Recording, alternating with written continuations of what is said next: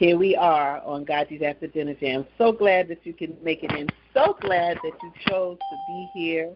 Out of all the flavors of ice cream, that's the conference call, you chose GoGi's After Dinner Jam. So I'm so glad you made it in, and here we go. Let's get busy, all right? All right, so let's settle down. Come on in, come on in.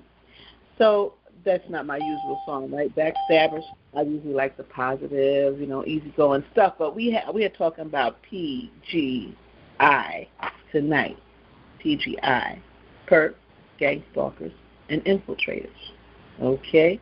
Yeah, we have some wonderful guests, and we have news coming up, so it's going to be a jam-packed night as usual, and here we are. So, those words are, have a lot in common because they're the ones who are against the TIs, right? They do things that are harmful to us.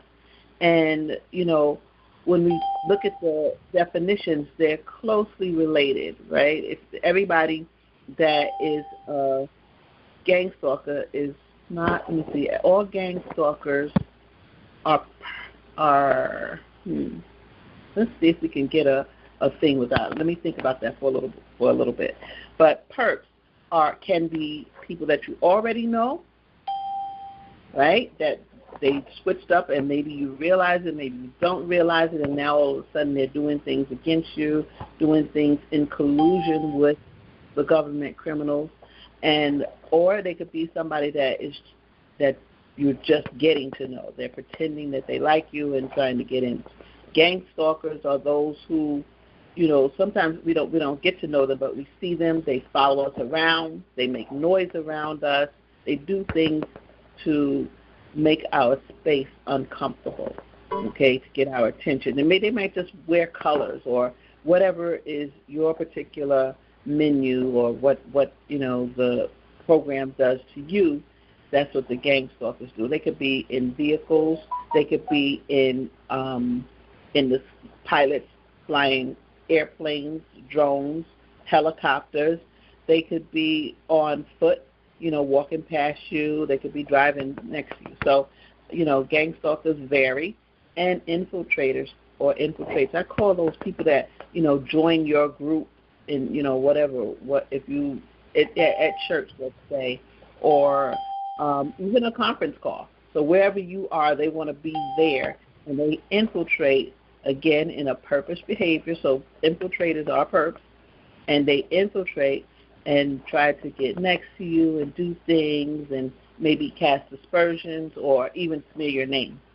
So this is the PGI, and how do we deal with them? What do we say to them? And I know that instinctually, our gut reaction and response for a lot of people would be to curse them out, tell them off, give them a piece of your mind, and things of that nature, to decide whether to fight or flight. Some people want to run. But let's just look at this a little closer. There are some scenarios that lead each of us to a certain point in time, to this certain point in time. So we all have a different frame of reference, things that make us who we are at this moment in time. And that comes from our background and things we've been through, our experiences, and not only the experiences, but how we perceive them and how we resolve them or how we didn't resolve them. So that's what leads us to this point in time. And that's what leads the PGI, perps, gang stalkers, and infiltrators, to where they are and to make the decisions that they made at the time that they were approached. Okay. Well, and trust me, I'm not defending them after the evil I've encountered on land, foot, vehicle, and from the air, from Southwest to Millionaire, helicopters, planes, drones, and so forth. I just find it interesting that these people can smile in your face or even smile back at the person in the mirror when they've done and do the things that they do. One thing that I've noticed with perpetrators and infiltrators, when they're in your presence, and even probably gang stalkers not so much, they kind of don't want to make eye contact and so forth with you. But the ones who are to get next to you, that's their assignment. They have this funny little smile on their face, and they kind of nod their head as if to say, if you're wondering about me, I'm good. It's okay. It's okay. Everything is okay, you know. Well, when they get in your space on assignment, know that they are there to carry out an assignment, and they will. Everything else is gravy. All the all this other stuff, and going along with you and mimicking you or mirroring you, whatever they do, that is just the gravy of it all.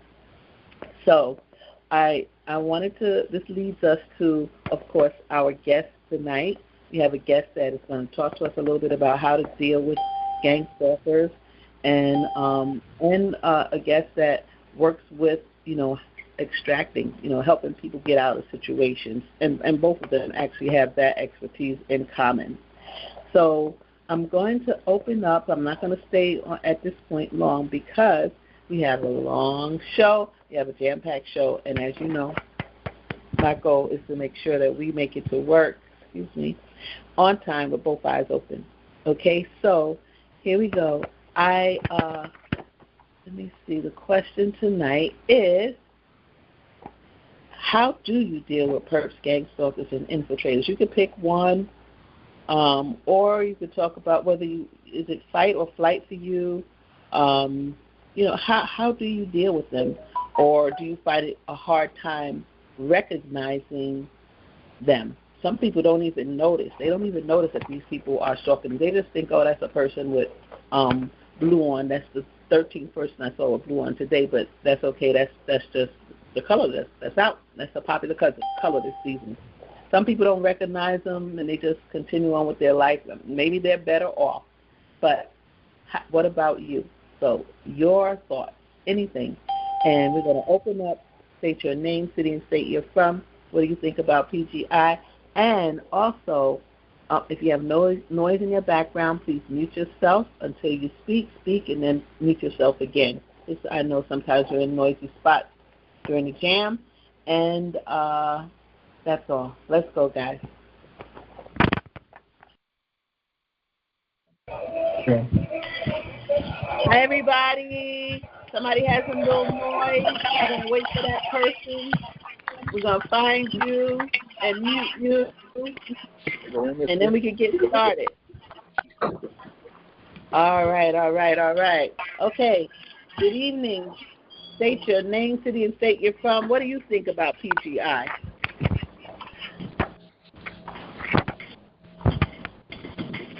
Oh, nobody want to talk about the perps, gang stalkers, and infiltrators, huh?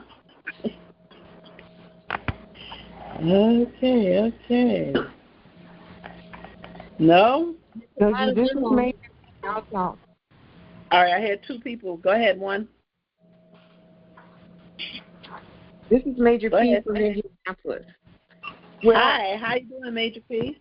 Doing great. Well, Goji, when it first happened to me, I must admit that I was a little frightened. Didn't really know what to do. Because when I would leave my house, it would be like 50 cars deep. And one day I decided I'm tired of this. And I pulled to the right, then quickly pulled back to the left. And I rode that bumper like you was riding a horse, okay? And from that day forward, they don't mess with me like that. I love it. So it was the fear. They knew you were afraid, and they kept it going. Kept it going until I fought back. All right. I love it. We just got to push back a little bit, guys. Just push back a little bit. Just do a little something, okay? Yeah. Thank you, Major P. Thank you for that. Thank you for being the first. Good evening. Good evening, Sister Good evening. God bless you tonight. Good evening. How are you, Twinnie? And I heard the second person. Give us a minute. Go ahead. Yeah, this is Sonia from the great city, Niagara Falls, New York. I just want to say that, my perp does a lot of things to try to aggravate me. But, for the child of God, we know who a problem solver is. And we know that we are not alone in this, that we have the Lord Jesus Christ who is going through this with us. And you know what? We don't have to do anything. but put our faith and trust in God. And, God clearly says that vengeance is his. He will repay. He didn't tell anyone to repay. He said that he would do it. And God always does it in his way and his time. All we got to do, GoGi, is do what the Word says. Have faith in God without wavering and putting our trust in him and looking to him. And, when we're being attacked or whatever, we have to call God's hotline number, which is available 24/7. God takes no days off, no vacations. Jeremiah 33:3, he says, call on me, and I will answer you.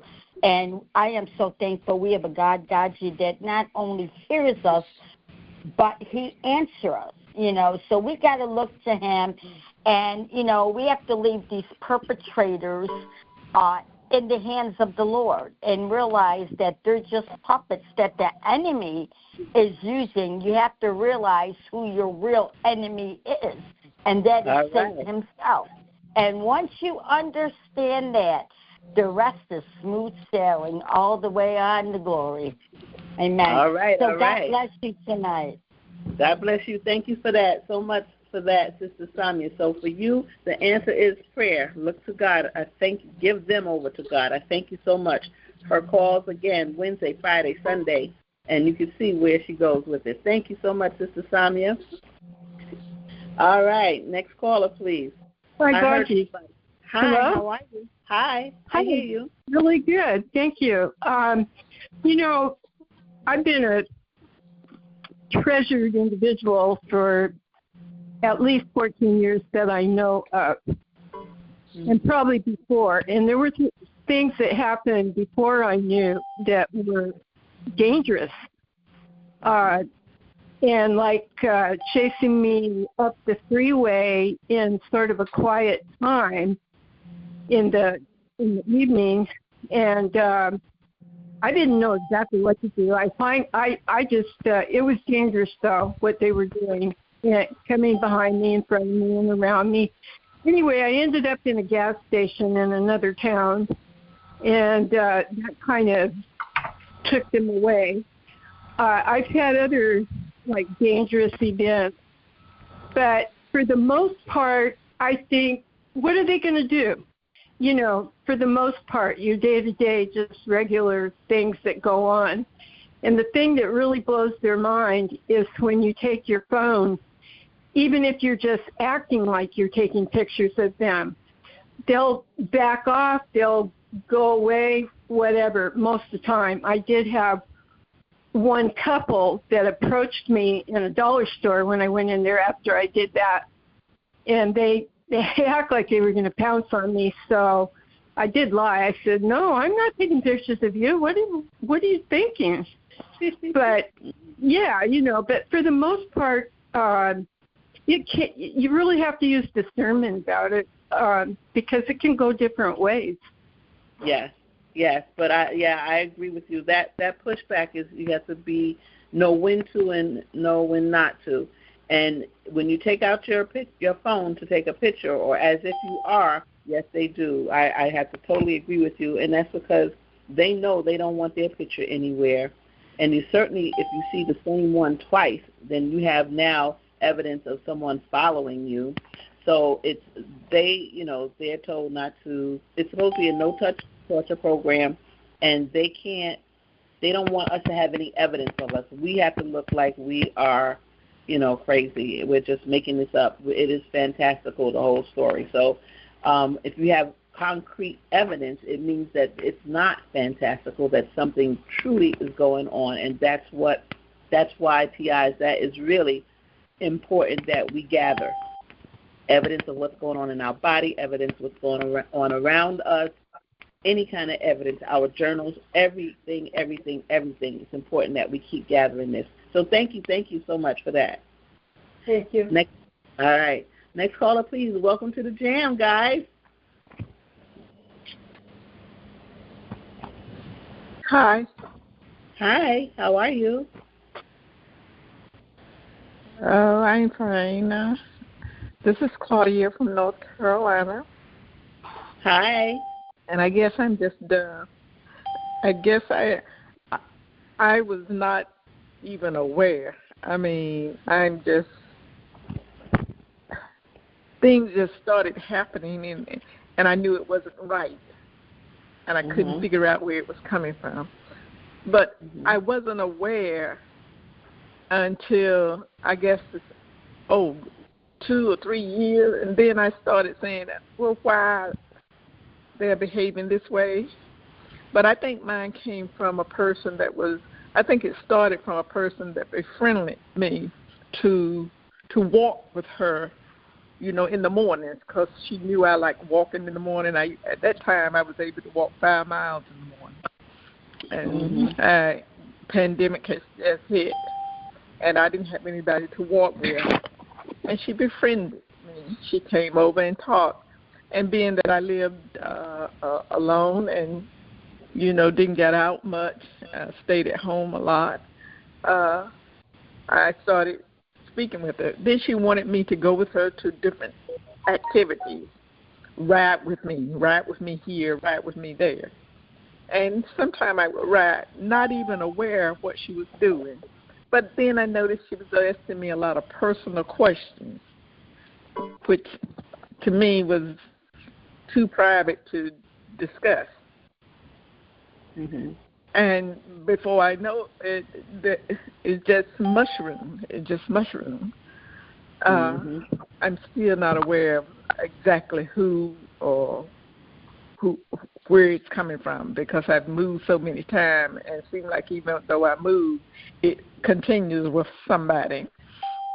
But I enjoyed what the lady said about prayer, knowing that there's nothing impossible with God. And sometimes it seems like I've even prayed that I, you know, just don't wake up the next morning. I just don't go to sleep and not wake up. I couldn't bear it anymore.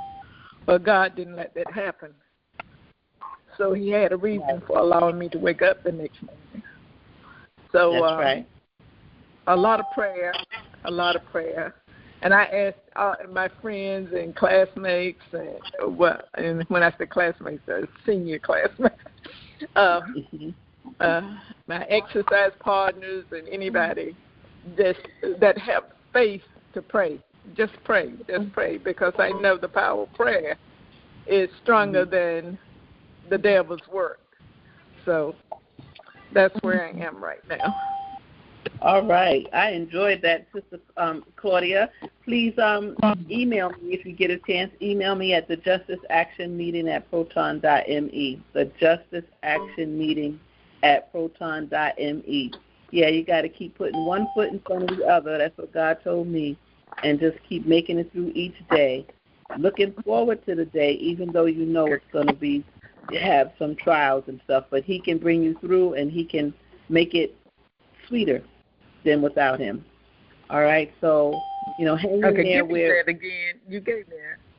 I'm sorry. The Justice Action Meeting at proton.me.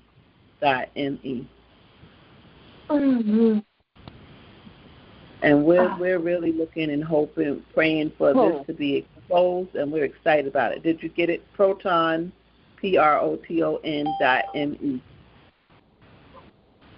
Yes, I did. Okay, thank you. All right. Next caller, please.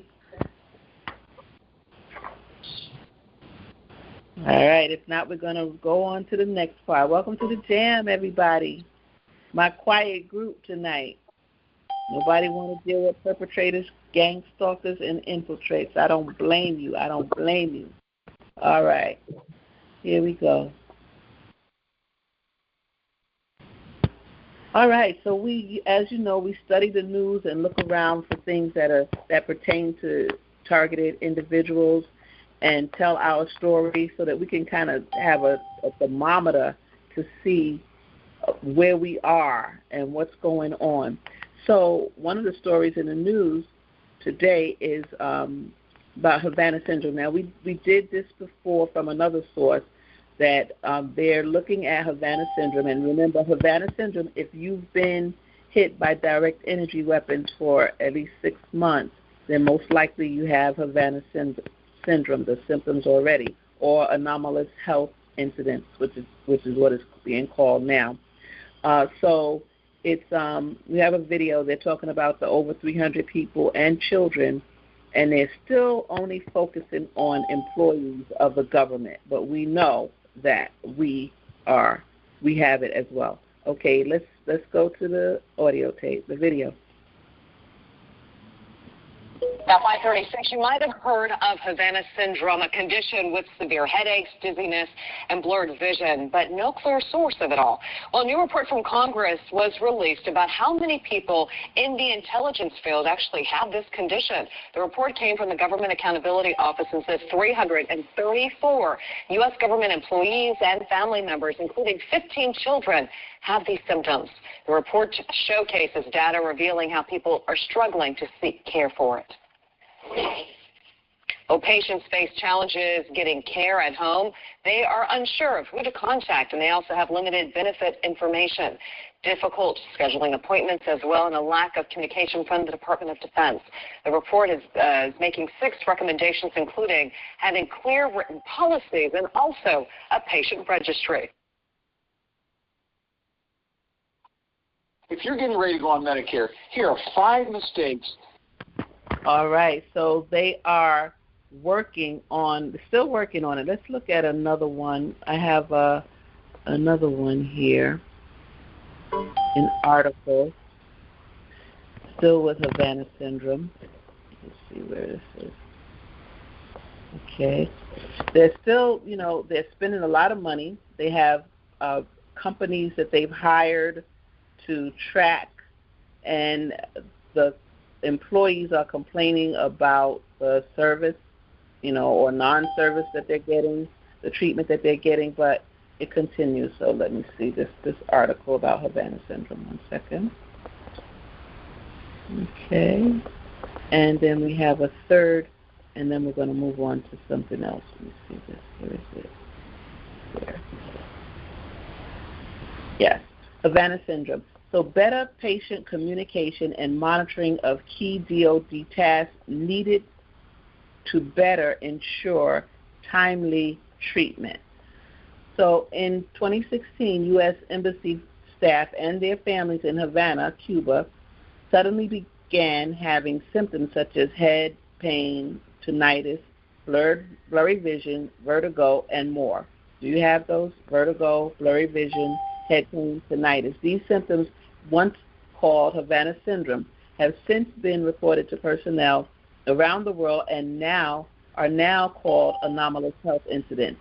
Laws require DoD to treat current and former federal employees. So if you're a former federal employee and you have symptoms and your family members diagnosed with this poorly understood condition, then you would be entitled to this.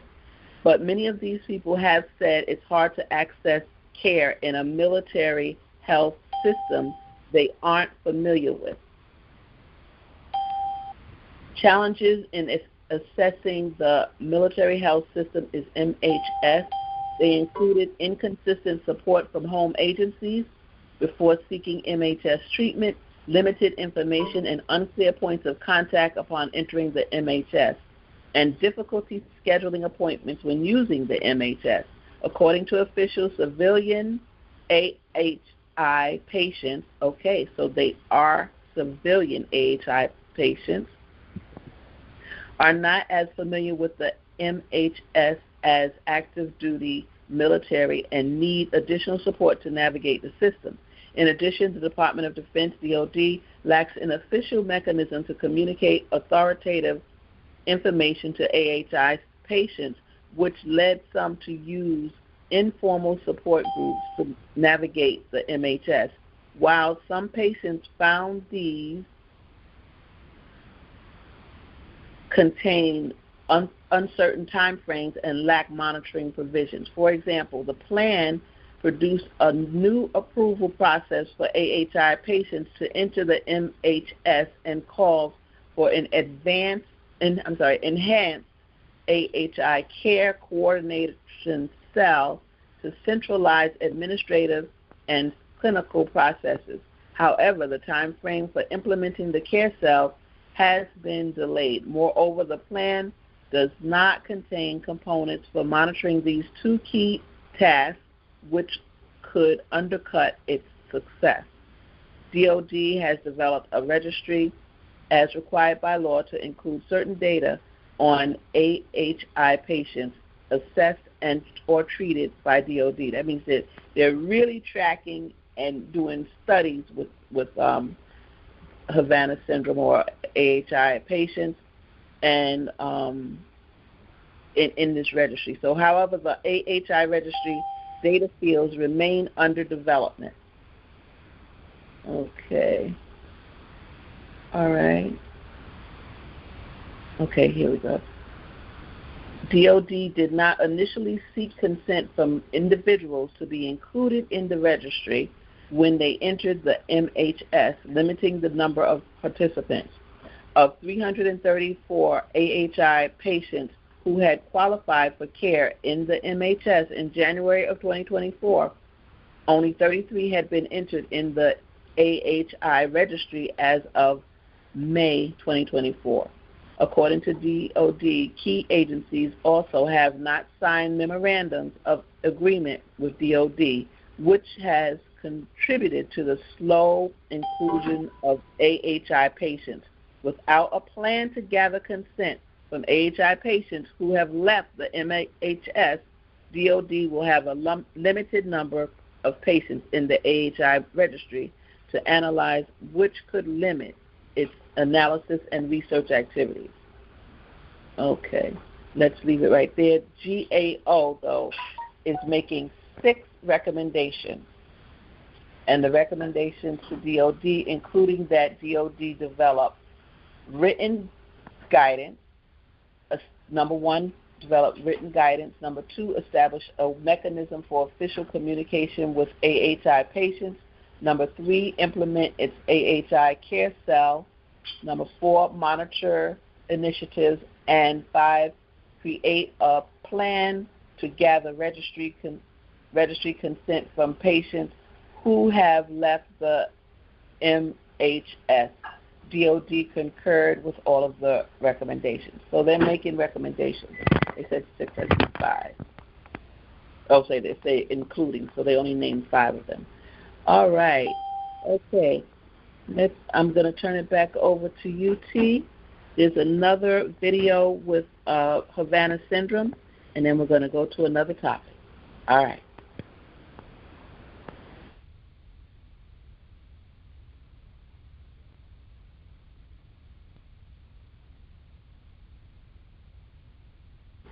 Okay, the video on Havana syndrome.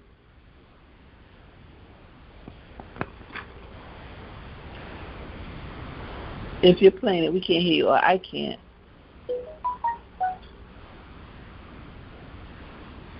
It is. All right, we're going to skip that. I'm going to go to number 4. I'm going to go to this article. Now, this article, I'm very excited about this article. This article comes from India, and the targeted individuals of India, although I'm excited to know that there's a group out there that's, that has organized and are fighting, but not so excited about what happened. Let me just find this 1 second. Okay.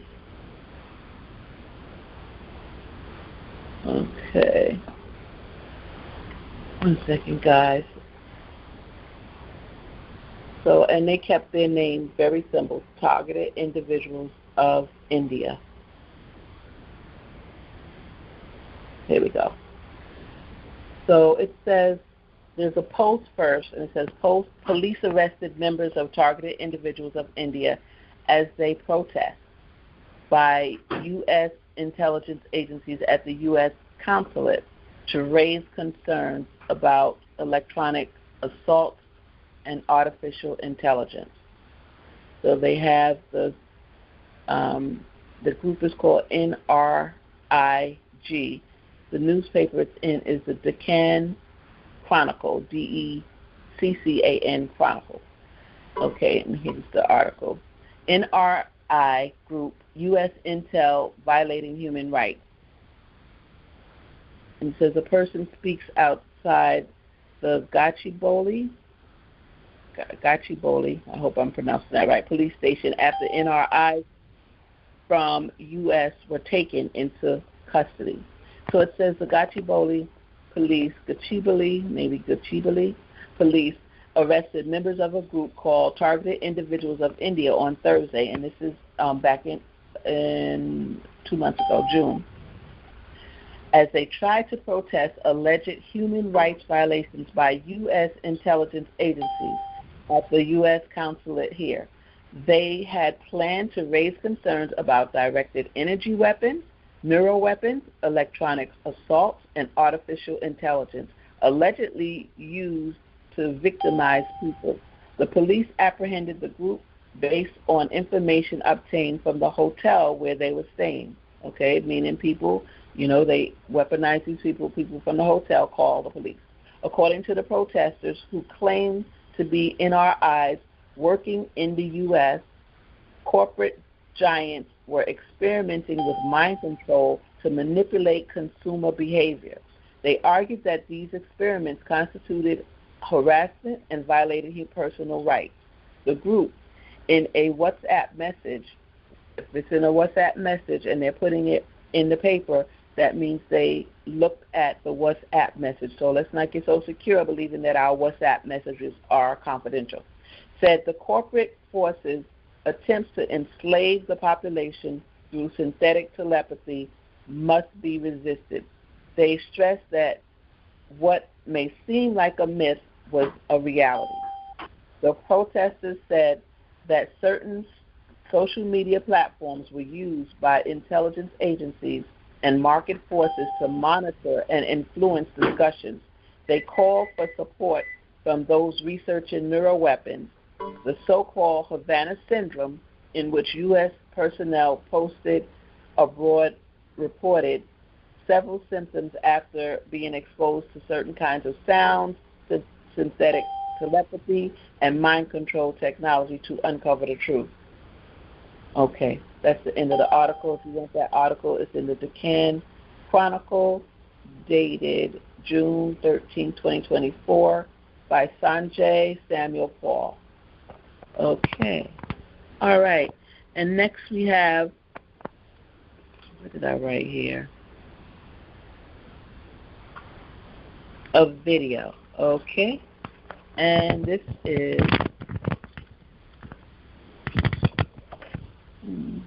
what is this video of? The Ugly Truth. Okay, the veterans. There was a veteran group that sued the CIA. I'm not sure if you're familiar about it, but let's hear it. Initial reports of the program, there were only 62 country-level simulations being run by the U.S. Department of Defense. These simulations grouped humans into composites, with 100 individuals acting as a single node. But already at that time, the U.S. Army had used the system to create a one-to-one level simulation of potential Army recruits. It's the film of a Hollywood movie by a group of veterans who filed a lawsuit against the CIA and U.S. Army, claiming that the government planted remote-controlled devices in their brains. The claims relate to a government program at the U.S. Army's Edgewood Arsenal in Maryland. And the Sentient World Simulation, SWS, went live in 2007, which represents every person on the planet within this computer matrix as a node, and every node is given an avatar, an identifier. And that is real-time, 24/7 monitoring of every person on the planet. This is primarily, but not exclusively, facilitated by the adiabatic quantum computers produced by D-Wave Corporation. Okay, thank you. So the veterans sued the CIA. I will have that clip available for you because there's a full article, there's a full clip. We're just taking a piece of it. Okay, and that's called The Ugly Truth. So there's a lot of information. It's a jam-packed video, but I just wanted to point out that there was a lawsuit. Okay? And now I want to bring our attention to Tulsi Gabbard. Okay, so I'm sure if you listen to the news, that you've heard about it, that I think I know where this noise is coming from. Trump was telling me about. Okay.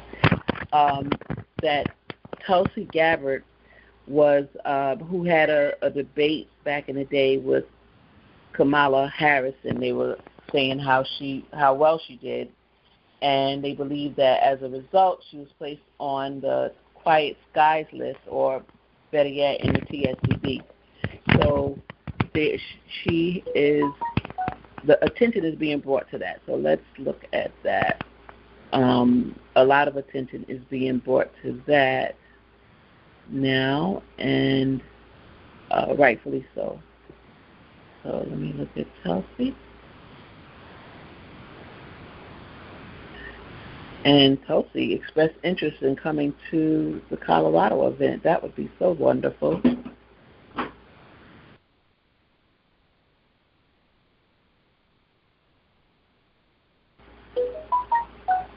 Okay, so this is called Federal Air Marshal Whistleblowers Report Tulsi Gabbard actively under surveillance via Quiet Skies program, August 5th, 2024.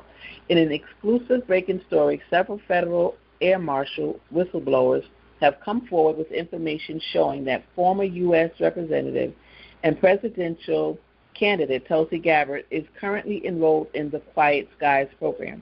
Quiet Skies is a TSA surveillance program with its own compartmentalized suspected terrorist watch list. It is the same program being weaponized against J6ers, defendants, and their families. Quiet Skies is allegedly used to protect traveling Americans from suspected domestic terrorists.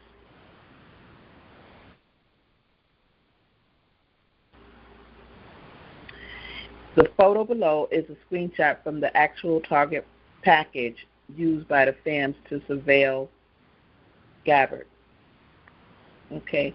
Homeland Committee, the Committee on the Weaponization of the Federal Government, and the whole House Oversight Committee.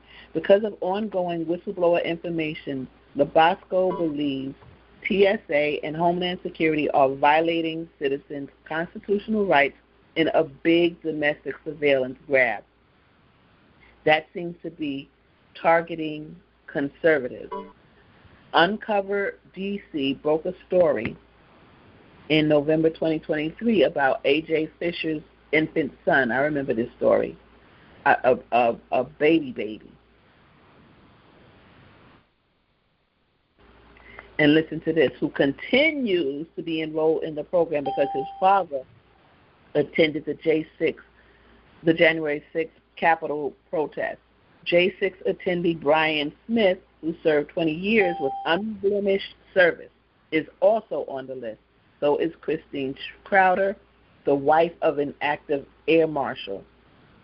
Crowder was in D.C. on January 6th, but did not attend the Capitol protest. So we've heard about this before, and it's coming up again because of Tulsi, which is good on our behalf. For what the federal government calls national security reasons, an individual is enrolled in the program without knowledge. Sound familiar? Teams of federal air marshals are assigned to individuals, following and tracking them tracking them from when they enter the airport and then on all their flights and transits until they reach their destination. Enrolled individuals usually have a quad SSSS on the bottom right-hand corner of their boarding passes, but not always. So sometimes you can be in the Quiet Skies program and not have that. They are often flagged for extra searches, frequently so lengthy that they miss their flights. Oh, that sounds familiar. According to Labasco, Gabbard's enrollment in Quiet Skies is likely politically motivated. Air marshals were first assigned to Gabbard on July 23rd, a day she criticized Kamala Harris, Biden, and the national security state in an interview with Laura Ingraham. FAMs were mobilized on July 24th and assigned to their first flight with her on July 25th. Gabbard posted the interview on Twitter as shared below. In the context of what has transpired since 2020, there is ample reason to speculate that Gabbard may have been placed on quiet skies because of her viewpoints and recent fallout with the Democratic Party. Gabbard fell out of favor with the Democratic Party when she switched parties to become an independent in 2022. All the things that you think that you can do because you have the right to do it. In addition, during her 2020 presidential campaign, Gabbard was highly critical of U.S. interventionism and endless wars. She continues to be very outspoken and critical of the Biden administration. Hillary Clinton smeared Gabbard during the 2020 campaign by suggesting she was a Russian asset. Gabbard answered Clinton with a defamation lawsuit filed on January 22, 2022. Labasco is outraged with what has transpired with FAMs, those are the marshals, over the past few years. What was a straightforward law enforcement function has now been shoved under the TSA, the federal government's bloated administrative arm. Labasco and Lundo are working overtime to shut down the Quiet Skies program. However, their primary mission is to restore FAMs to their rightful place as law enforcement, not political pawns of the administrative state. These things help us. However, we do need Labasco and Lundo to help shut down the TSDB as well. That might be an effort worth doing. The only thing is that their goal is, I'm just writing the names down, their goal is to get the air marshals back doing what they're supposed to do instead of, because at one time they were complaining about giving out peanut butter and jelly sandwiches at the borders and also following around people, including an infant who was clearly not a terrorist risk. They're highly trained marksmen, and they complain themselves about what they should do, what they should be doing as opposed to this. So there's an effort to shut down the program so that the air marshals can get back to work, and we need them to shut down the TSDB so that we can get back to living. Okay? All right, guys. So that is Tulsi. And the next one, our next article, I have a little, they talk often about, mind control and brain activities. And there's a little video collage we wanted to play for you. So let's do that.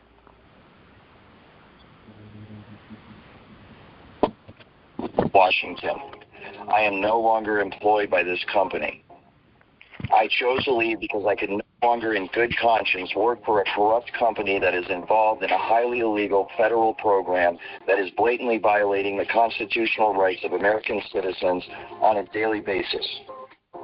The military, they pioneered the internet, DARPA, and now they are pioneering our interface to our brain. For that, we really need to measure every neuron and at appropriate speeds and long periods of time. And that's what the brain initiative is about. They asked us to go and measure the activity in a living brain and map exhaustively the wiring diagram of every neuron connecting to every other neuron. And we're, as part of the brain initiative, thinking about the Rosetta brain, where we're not picking one particular winning technology. We're trying to stimulate new innovative technologies and to integrate them all into one brain and do that over and over again in different brains and different pathological settings in humans. And then from there, IARPA wants us to deliver the brain up to the cloud.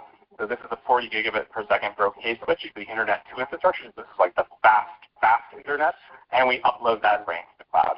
And here's a laundry list of the types of bytes that we need to store this information. If you're interested in brain uploading and downloading, these are the kind of absolute minimum numbers that you need to be considering. But it's not out of range is not necessarily far off in the future.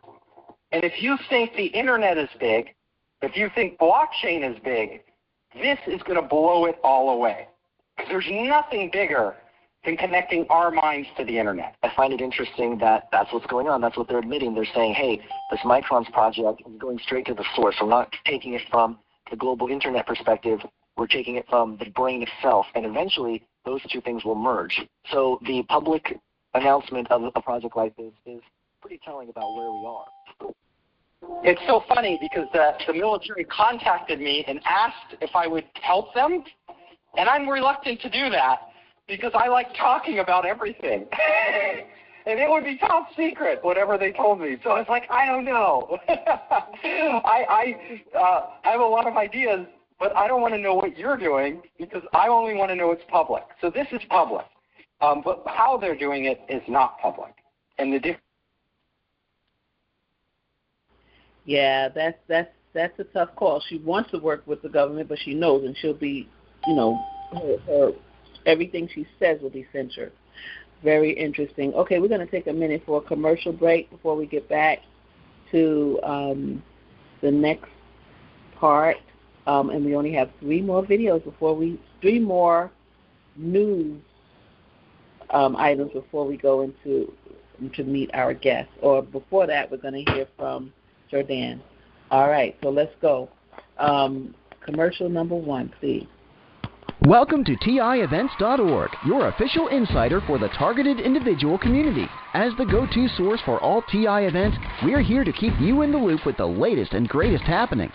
Discover daily conference calls, meetups, and exclusive events across the USA, all at your fingertips. Plus, planning a TI event? Advertise with us for free and connect directly with the TI community. TIEvents.org is not just a website. It's your gateway to a world of information, connection, and empowerment for TIs everywhere. TIEvents.org, your official insider. Dive in and discover today.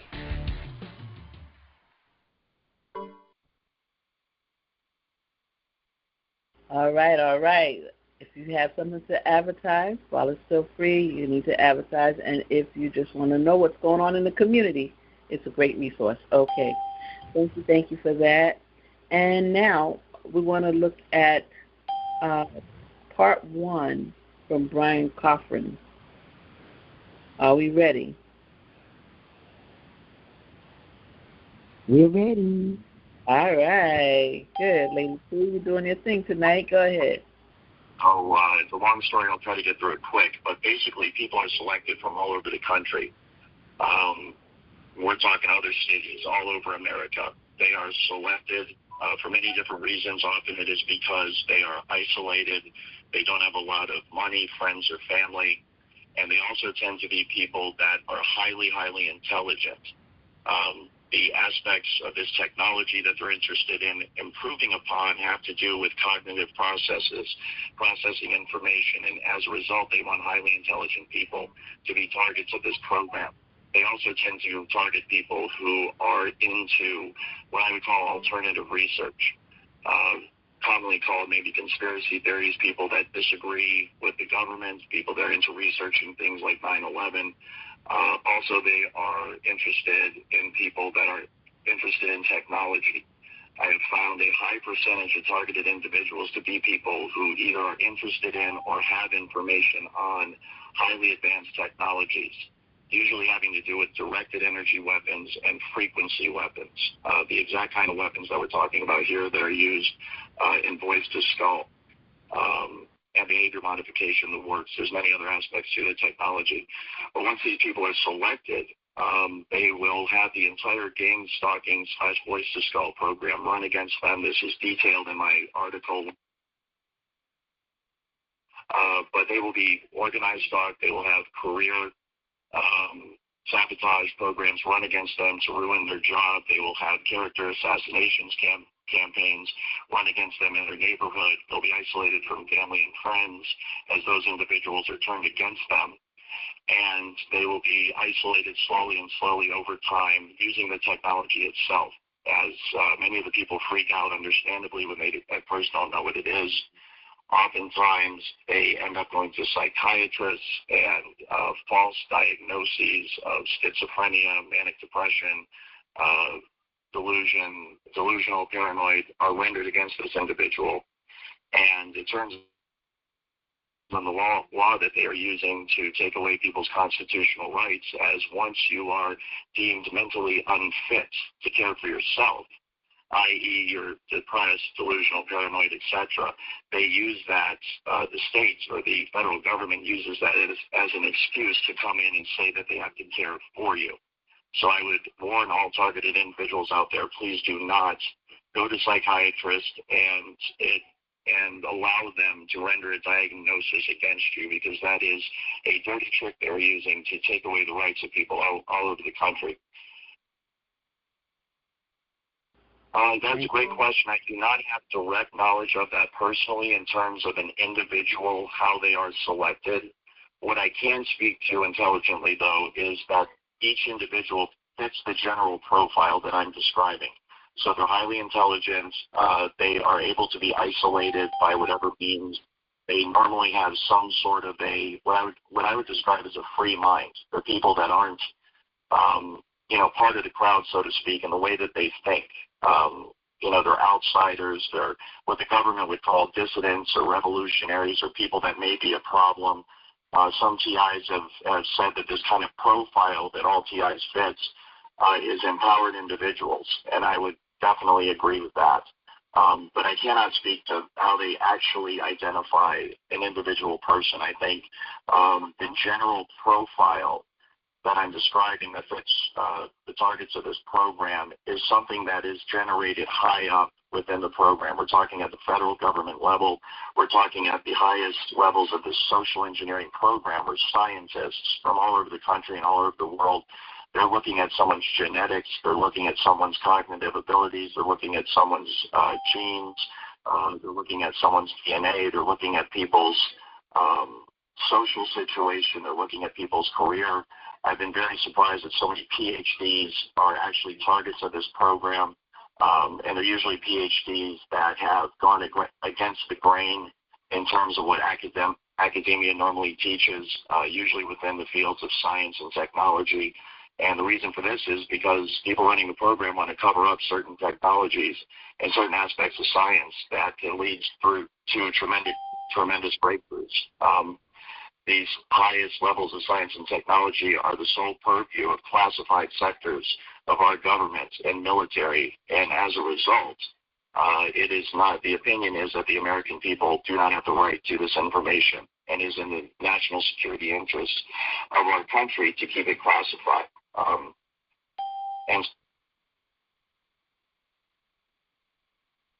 Okay, so it's that in part. It's there. They feel that they have the right to keep it classified. That's just unreal. But, the commonality between targeted individuals, very interesting. They are speaking about a particular component of the targeted individual program, but, we really need to look at the information, if it's so that all TIs are highly intelligent, or highly technical, have some kind of high-tech information. Whistleblowers stand on march to their own beat, so to speak, and so forth. So I would love to look a lot into that and see if it's 100% of the case. All right? Okay. And so we're going to come back with that from a different angle in a minute. All right? We want to look at the other side. But right now, I want to look at the Ted Gunderson affidavit. Now, we looked at the affidavit or the information from Robert Duncan, understanding that the things that he left, his videos and the information, will stand up posthumously now that he's gone, but he gave clear information about why he created the Voice of God, the Voice of God, or V2K, which really ended up being V2K. And but he created it. The things that he created for good has been used for evil, and so he specifically states this. And although we don't have him as a person any longer, we do have all of the information that he left, and as well as the Lynn Segura Surgala, Surgala letter that we have access to. Anybody that needs it, please just email me, or it's on tievents.org, so that we can use this when we get our day in court. And also we have the Ted Gunderson letter. It's his affidavit. It was shared by Targeted Justice. Let's just take a look at this right now, and then we're going to have our last news report before heading to Sir Dan, and then our guest speakers. I, Ted I. Gunderson, that's an I and not an L. No, L. Ted L. Gunderson, hereby swear under the pains and penalties of jury that the following statements are true and correct. 1.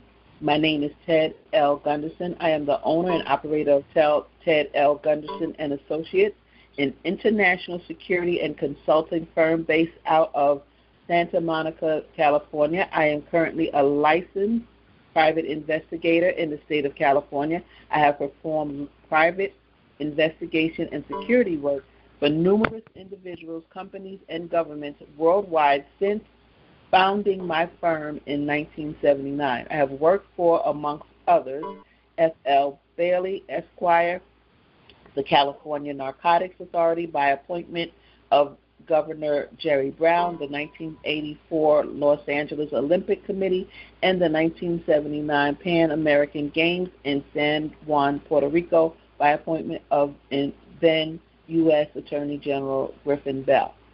Number 2, previous to my work as a private investigator, I spent nearly 3 decades in the FBI between 1951 and 1960, and I was an FBI special agent. In 1960, I was promoted as a supervisor at FBI headquarters in Washington, D.C., where I was in charge of organized crime and racketeering investigations covering 26 FBI field offices nationwide. Following the assassination of President John F. Kennedy, I was reassigned to Special Inquiry White House Matters at FBI headquarters. In 1965, I was promoted again to Assistant Special Agent in charge of Internal Security and Anti-Terrorism of the FBI, New Haven, Connecticut field office. In 1970, I was promoted to, we're going to skip some of his resume. All right, he goes on. You can get this through Targeted Justice, but I'll do his last one. As Senior Special Agent in charge of the Los Angeles field office of the FBI with over 700 employees at a budget of over $22 million in 1979. Number 3, I have read the complaint in the current action of Mr. Keith LaBella against FBI and DOJ. It is my professional opinion, and this is where we want to take it up, based upon information, knowledge, and belief that the information sought by Mr. LaBella in this FOIA suit regarding gang stalking groups, and gang stalking methods reasonably describes an ongoing, active, covert, nationwide program that is in effect today. And based on my investigations and experience, has been operational since at least the early 1980s. Since the 1980s, gang stalking has increased in scope, intensity, and sophistication by adapting to new communications and surveillance technology. These programs are using the code names Echelon Program, Carnivore System, and Tempest System. The Echelon Program is administered by the NSA out of Fort Meade, Maryland, and monitors all email and phone calls in the world. Carnivore System is administered by the NSA out of Fort Meade, Maryland, and can download any computer system without being traced or otherwise known to the owner. Tempest Systems can decipher what is on any computer screen up to a quarter of a mile. These programs are negatively impacting thousands of Americans and severely abusing their civil rights on a daily basis. Number 4, based on my investigative work, which includes intelligence from sources such as active and former members of the intelligence services, including the FBI, the CIA, the NSA, and military intelligence, information from informants active in criminal enterprises, and victims' testimonies, I have come to the conclusion that thousands of victims have been targeted by an illegal government rogue criminal enterprise that is active 24 hours a day within the U.S. This conspiracy is far too active to be controlled or operated by private enterprise whose goals are achieving financial gain. That's interesting because the targets of individuals said that what was happening with them was for consumer gain, for financial gain by consumerism.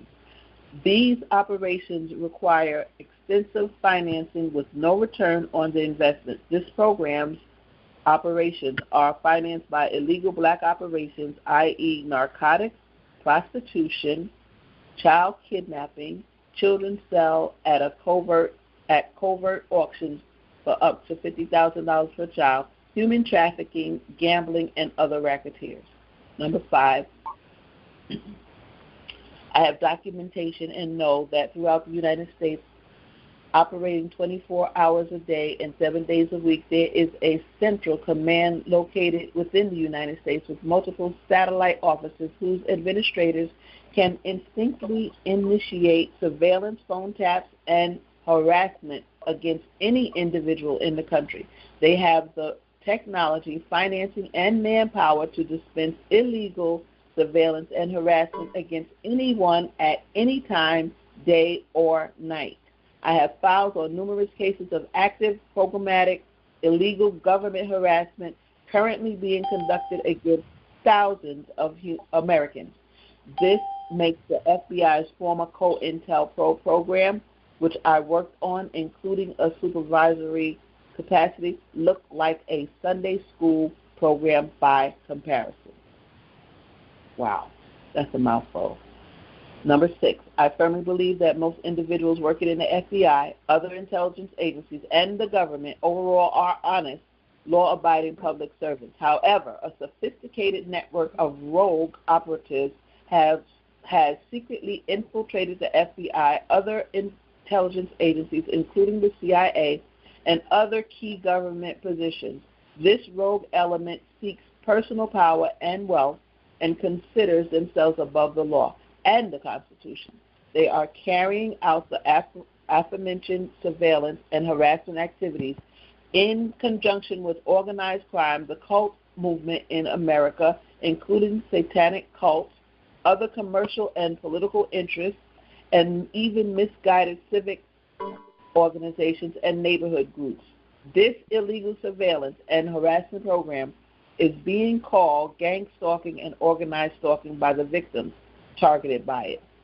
The victims are targeted for a variety of reasons, including government and corporate whistleblowers, parties to financial and employment disputes, parties to marital disputes, usually divorced women, and even jilted paramours.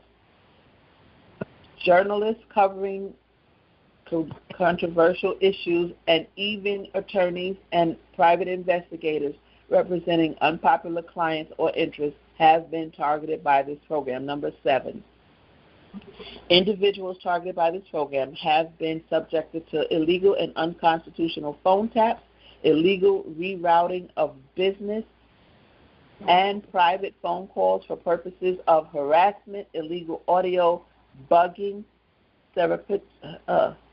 surreptitious entry into home, office, and vehicle, visual surveillance in the home conducted by illegal placement of miniature remote wireless cameras, often accessible by Internet. Illegal Internet spyware, illegal GPS tracking, often through their own mobile phones.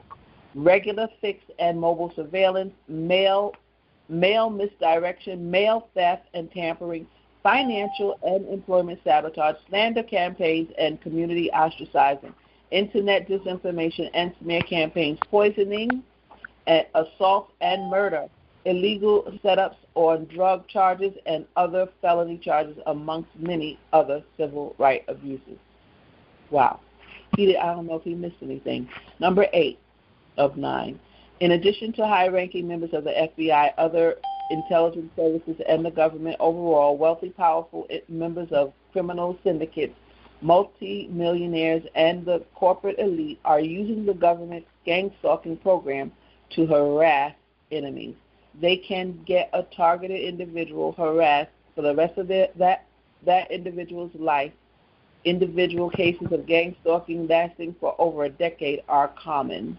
The higher status members of the gang stalking conspiracy initiate the gang stalking and coordinate logistics and funding. Lower echelon government rogue operatives, lower ranking members of the military in violation of posse comitatus, petty criminals, and street thugs perform the actual grunt work of daily monitoring and harassment of individuals targeted by the program. Number 9, based on my professional experience, extensive intelligence, information, and belief, it is my professional opinion that the FBI is involved in and has investigative files on the subject of gang stalking, related gang stalking methods, and gang stalking groups in the FBI's vast intelligence files that are responsive to Mr. Labella's FOIA complaint. Furthermore, I have personally referred numerous victims to gang stalking to the appropriate agents at the FBI for investigation of their cases. I have also furnished the FBI with documentation of an active international child kidnapping ring probably operated by rogue CIA agents. The FBI has ignored my request to investigate, even though it is their responsibility to investigate kidnapping. I have a contact in Germany who advises me that the CIA has set up secret operations on U.S. military bases for the kidnapping, sale, and trafficking of children worldwide. The FBI may be using a unique code name and nomenclature for the gang stalking phenomenon in its records. However, this is a semantic difference and in no way charges my professional opinion that the FBI has investigative files on the nationwide phenomenon of gang stalking described in reasonable and specific detail in Mr. Labella's FOIA complaint. These FBI files contain information responsive to Mr. Labella's FOIA complaint regarding the subject of gang stalking. The FBI and other intelligence agencies are administering and covering up the rogue, covert government criminal enterprise of gang stalking. The gang stalking phenomenon appears in the records of both the FBI and the NSA in their records pertaining to the Echelon program, Carnivore System, and Tempest systems. In addition, the gang stalking phenomenon appears in the records of both the FBI and the NSA in their records pertaining to information collected by NARIS Systems. NARIS is a wholly owned subsidiary of defense contractor Boeing that produces sophisticated mass surveillance computer systems currently being used by both the FBI and the NSA. Dated this 26th day of April 2011, Los Angeles, California, Ted Gunderson. Okay. That is some affidavit.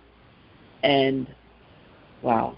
And they are, again, we had Judge Brenda on, and Judge Brenda mentioned our affidavits. All affidavits are held up in court posthumously. Okay, so, all right, that is wonderful. Thank you, Ted Gunderson. All right, guys, we have one more clip, and then we hear from Sir Dan and our guest. All right, so with the clip, are we ready, Lady T? I'm ready. Okay. Speaks personally for the people I worked at with at SIS that when you do first find out what's going on, you are disgusted by it. You cannot believe that this is what's going on. There is also a very quick, almost a peer pressure-induced acceptance of it that causes you to say, you know, this is pretty cool. And I'm just being flat out honest here about the psychology that's going on within these people's minds. It's pretty cool.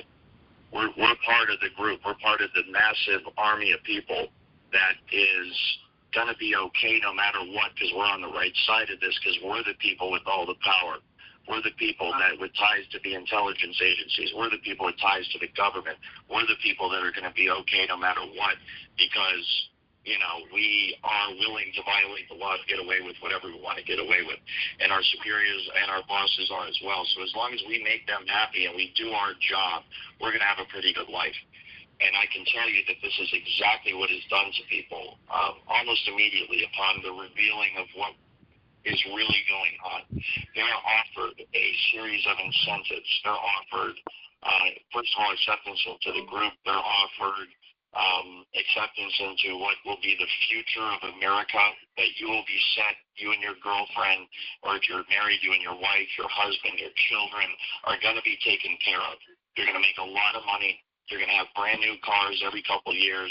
Your kids are going to go to the best schools, and you are going to be connected, for lack of a better term. And at this point, it really does take on almost an organized crime feel to it, because what you're dealing with are people that are pleasing their boss in order to do something that is absolutely illegal. They're monitoring and harassing and torturing and sometimes leading to the death of American citizens. They're violating their civil rights. They're violating their human rights. They're violating basic human decency. This is horrible stuff that's being done to people. And so you have to understand the psychological aspect that goes into convincing gang stalkers and people that are part of the program to do what they're doing.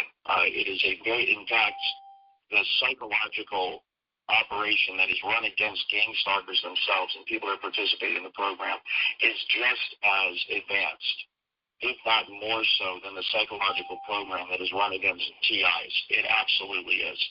And so what you have is this very intense psychological program that's run. In fact, one of the things that I'm not sure people are aware of, but I'm trying to cover this on my site because I have direct knowledge of it, hive minds, voice to skull, emotion manipulation behavior, modification technology is being used against the gang stalkers themselves and against people in the program. And it is being used to assist them in doing their job, specifically to take away their conscience, specifically to take away their empathy and their sympathy for the individual, for the targeted individual, so that they don't feel bad, so that they don't feel guilty about what they're doing. They are you know, many times intelligence agents and soldiers are trained to get the empathy and the sympathy out of their system, because you're going to be asked to kill someone for us. You're going to have to go on the battlefield and shoot someone, and you're going to shoot them just because we tell you to shoot them. And so a lot of the stuff that goes on in basic training and in terms of training intelligence operatives is designed specifically to make sure that people will pull the trigger when they need to.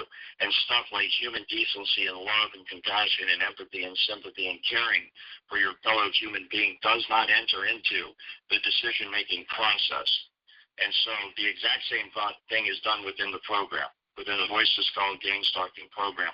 And it is done not only by peer pressure and direct training, it is also handled by the technology that can manipulate the people's emotions to turn off empathy and sympathy and love and care and compassion, and to turn on what I call almost a mercenary hired gunman mentality. And the reward for going along with this is you get to be part of the social group. Look at the TI and how isolated they are. Look at how horrible their life is. Look at how sad it is. And every time I think about it, I start to choke up. It's so overwhelming. My heart just naturally goes out to these people, and I want to help them. But when you're the gang stalker under the influence of the technology and the influence of the peer pressure and everything else, you don't feel that. And if you do, the technology is going to take it right out of your system. But look at the TI, how isolated they are. You're not going to be isolated like that, because you're one of us. These are your people. Look around at all the other gang stalkers. Look around at the military and the intelligence services of the United States of America. Look at the local and state police. Look at the social workers. These are our people. You can date any one of these women that you want. You can date any one of these men that you want. Heck, we'll help you hook up. You can come and party with us and go out to dinner and do all the things that people do together. And that TI can't. That TI can't because of X, Y, and Z. That TI can't because he's on the wrong side of this. The right side, and don't you ever do anything and mess it up because you will end up right where that TI is. You're not going to be one of us anymore. You're going to be isolated. You're going to be gang stalked. You're going to be tortured 24 hours a day by the most horrific technology ever conceived by the mind of man. And you are going to die, grow old, and die alone. And unfortunately, now that I'm saying that, I have this self-realization moment. I mean, that's exactly what's happening with me. And I can totally and completely understand how that is a very, very effective strategy to get people to go along with being a gang stalker and to help cover up this program. The entire point of this social engineering program that has been researched and developed for decades now, the full intent within the program, everything that's planned going forward, the day-to-day attitude of all the people, is that this program is going to be rolled out nationwide and it will become the norm. Okay, so very, very interesting. I would like to talk about this a little bit more, but I won't do it today because I want to go deep with this. How they deal with the gang stalkers, and many people have said they have to be psychopaths. So the way they train them not to feel for us and what to think about us, and how they tell them if they have their own group of people, that's what we need to tell ourselves. This is our community, the TI community. Don't let anybody infiltrate it either. We are the TIs, and so we need to bond together and work together and get through this together, and we will get through it, So what they expected and wanted was us to be isolated and looking pitiful and sad and sorry and all that. But we have become more empowered because of our unity, so let's stay united, okay? I cannot stress it enough, and I can't go into it right now because I'm so concerned about the time. So we're going to go straight to Sir Dan. Sir Dan, you ready? And then we're going to our guest. We'll have a commercial break and get ready. If you all want to grab something to listen to our guests, we have two esteemed, distinguished guests. I'm so proud to have them here tonight. Okay, so let's go. Mm-hmm. All right. Thank you, Gaji. A passion for justice. Albert was born in Santa Rosa, California, the son of an Ethiopian political refugee. His maternal grandfather, a general in Haile Selassie's army, was executed in an infamous 1974 massacre, and other relatives were imprisoned. An experience that Albert's attorneys say was reflected in the democratic values and sense of justice that were instilled in him since childhood, as well as in his mother's devotion to the United States, the country that had welcomed her as a refugee. According to court documents, Albert and his two siblings were raised in the Bay Area, but his mother struggled to make ends meet and wanted to get the children away from the neighborhood's poverty and crime. So when Albert was 13, she sent them to Mountain Mission School in Virginia, a Christian charity boarding school for children in need. In letters of support, friends and teachers remembered Albert as a quiet and sensitive boy with considerable empathy for anyone who was hurt or vulnerable.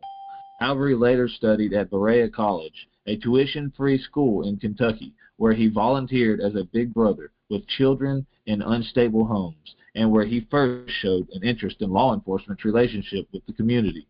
Researching a paper about the locals department's community policing initiative, an approach that years later he would try to apply his work at the FBI. In college, Albert grew into what a former professor described as a young man of great intelligence, with a passion for justice and possessing exemplary moral judgment.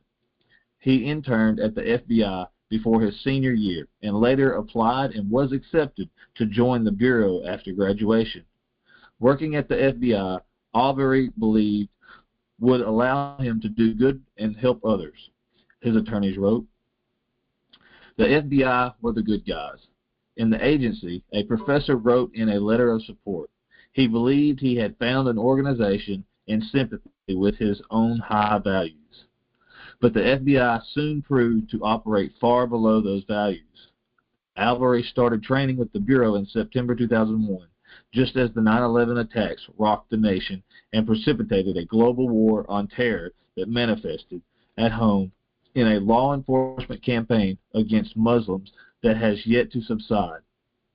Albury had hoped to work in the violent crime and human trafficking units, but was assigned instead to counterterrorism work, mostly the surveillance of Muslims.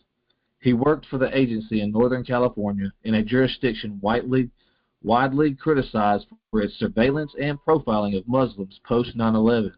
As the Bureau came under constant pressure to bolster the number of its investigations and informants, Albury grew increasingly uncomfortable that the investigations were based on weak evidence. But when he tried to raise his objections, he was repeatedly told that the legitimacy of the cases the Bureau was pursuing was not his concern. During that time, his attorneys wrote, he began to feel personally responsible for and thus deeply conflicted by his participation in surveillance of civilians that he viewed as unduly invasive and harassing. Between 2000 and 2010, Albury worked with the FBI in Iraq, where he witnessed the agency's anti-Muslim and anti-Iraqi sentiments.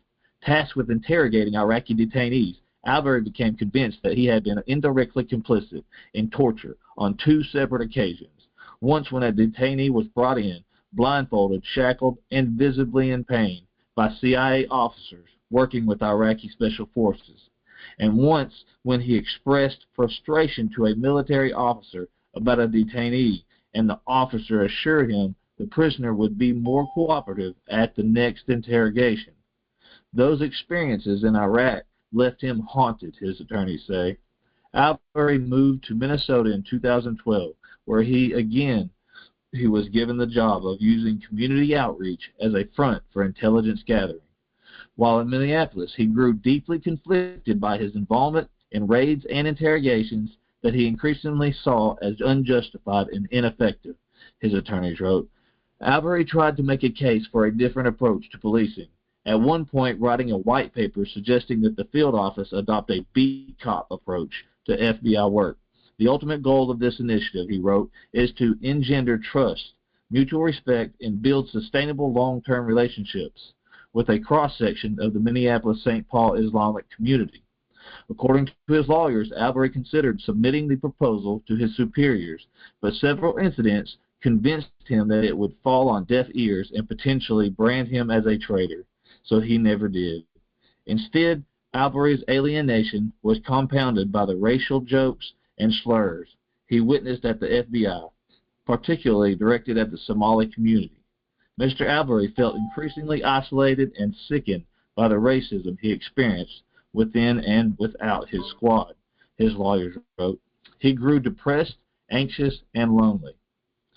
And that's all we have for this week. Next week, we'll be going over if he's a patriot or if he's a traitor. All right. Thank you so much, Sir Dan. And that is our continuing story about whistleblower Terry Albury, who stood up against the FBI's treatment of these Muslims. All right. Thank you so much for that. All right. Here we go. We are ready to welcome our guest. Are you there, Andrea and Chief? Hey there. Hey, how you doing? I'm very good. How are you, GoGi? I'm great, thank you. Chief Daymond, are you there? Yes, ma'am, I'm here, sister. All right, welcome, guys. So here we have Andrea. Andrea is a former Lockheed, before it was Martin, employee. She's also a paralegal and a deliverance minister. And we're so glad to have you here, Andrea. Thank you so much for your patience. Thank you for agreeing to be on the J.A.M. And Chief, as we know, is 44 years retired from as a chief of police chief and in the area of public safety service. He's also a pastor, and we're so happy to have you here with us, Chief. I wanted to start by asking, thank you both. Andrea, a question. I want to start with you, please. And my question is, I always like to do answers to this question because we have such great things that we want to do when we're kids. When you were a young girl, and am I pronouncing your name right? Is it Andrea or Andrea? It's Andrea. Andrea, okay. When you were a young girl, Andrea, what did you want to be? I wanted to be Elvis Presley's backup singer. Oh, really? Wow. Okay, yeah. It's fun. I used to listen to his movies. Did you? Can you sing now?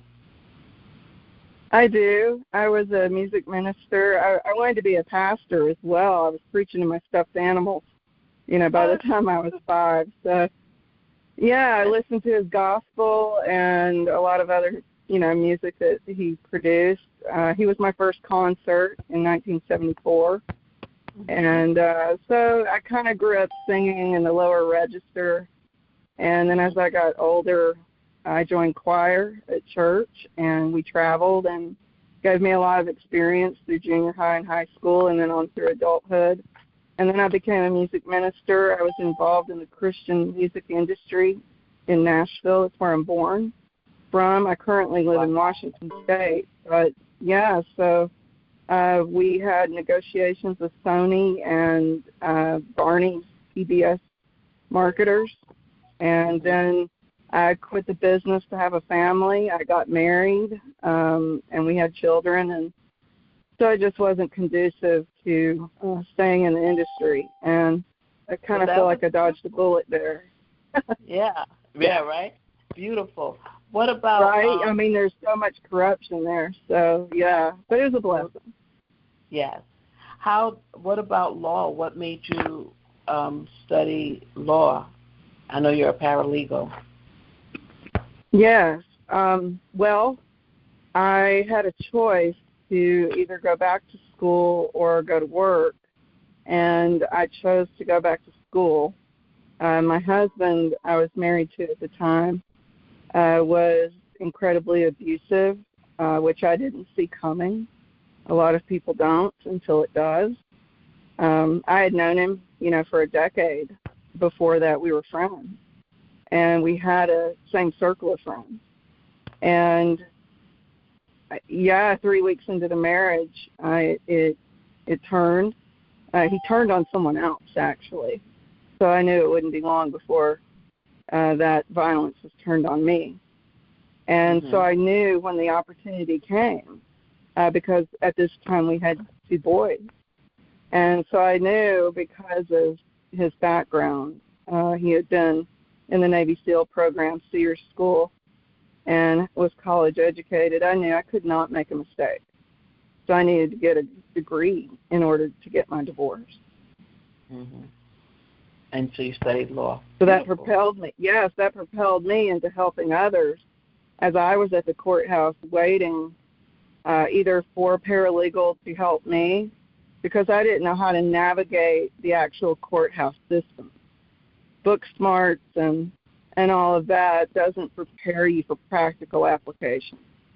You have to be in it and walk it out. So that was tremendous favor that they were making mistakes. So I was continuing to go back and forth to the courthouse. And as I was doing that, I'm learning by their mistakes. So I learned what not to do right out of the gate. And that helped me help others, too, to avoid some of the pitfalls and to stay on track and do what you know. And in doing that, being a single mom, right, I had to reach out to resources. Mm-hmm. And so that's where I was praying for people. That's where I was offering legal aid because no one could afford an attorney. And I wanted to give them what was given to me. Yeah. Okay, thank you. I love it. Chief, I want to ask you the same question. When you were a young boy, what did you want to be when you grew up? Well, when I was 4, 5, and 6, I was determined to go in the United States Marine Corps. When I got about 7, I changed my mind and I was going to be a fireman or a policeman so I could go help people in the city we lived in that adjoined Dallas. The firemen, they come down and talk things about fire drills and fire safety, and they looked really nice in their uniforms. They were very kind, very helpful. And then the police that come, they talked about crimes and how to report them and things to watch out. And back then they had a thing called the Red Hand Helpers or something along those lines. So the police vetted families, and if they vetted them, then they would give them an authorized sticker and a plaque to put in their window of their home that was a Red Hand Helper. And that was so any kid that somebody was trying to molest, kidnap, do anything to, you could run to any house that had a red hand and they would take you in, secure you, and call the police. And so I really got keen on that, and so I debated back and forth for a year or two, and then I decided I wanted to be a cop. I thought I could do more help for more people that way. All right. Beautiful, beautiful, beautiful, guys. It's and it goes with one of my philosophies is that when we're young, or a philosophy that's out there, that young children, what we dream about and what we play, the games we play, are often what we end up doing. It ends up motivating us and pushes us in the direction of our careers. All right. Andrea, back to you. I was going to ask you, I was pleased and surprised to hear that you do actual deliverance, spiritually, and also in the natural through extractions. And these are services I think are so cool because you do both. So I want you to share your favorite extraction experience. Well, that's not too hard to come up with. It's one of the most recent that I did and one of the longest processes. It started back in December, and she was a targeted individual. And I met her on Chief's call, and she immediately started messaging me, and it starts with baby steps. And so I just outlined a plan for her, whatever that looked like. And any money that came into the ministry, I funneled straight to her. I had just wrapped up an extraction with a woman that was running from a man that was from military intelligence. That was her husband. And so I was able to have a lot of free time at that point. And this woman was leaving a violent roommate situation. And that she had been poisoned in her home. And she wasn't sure if it was due to them or targeting.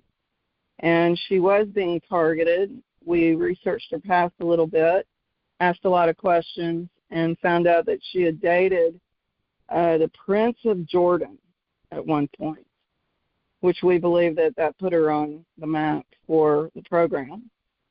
And so I worked with her over a short period of time to get her out of one state and into another, where we got her into a situation with a gentleman that promoted himself as an advocate, a safe house, and he was not. So at that point, I called on the chief, and I let him know what was going on with two women, actually. I was extracting at the same time.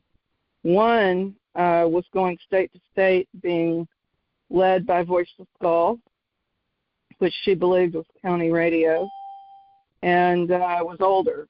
She was elderly. And so the other woman was in her 50s, and so we were working together to get them out of another location where they obviously were not safe. And Chief became very aware of ongoing investigations there concerning rape and trafficking. And this woman, the younger woman, had been poisoned at work on the job as well in the restaurant industry. And so we were on high alert for this situation. And a lot of things occurred at night. And I didn't want to trouble the chief with anything unless it was absolutely necessary, because he has a lot of cases, a lot of cases. And so it was really important. We just stayed in prayer. And as things became revealed, I prayed. And situation by situation, I would pray, and we would see a miracle.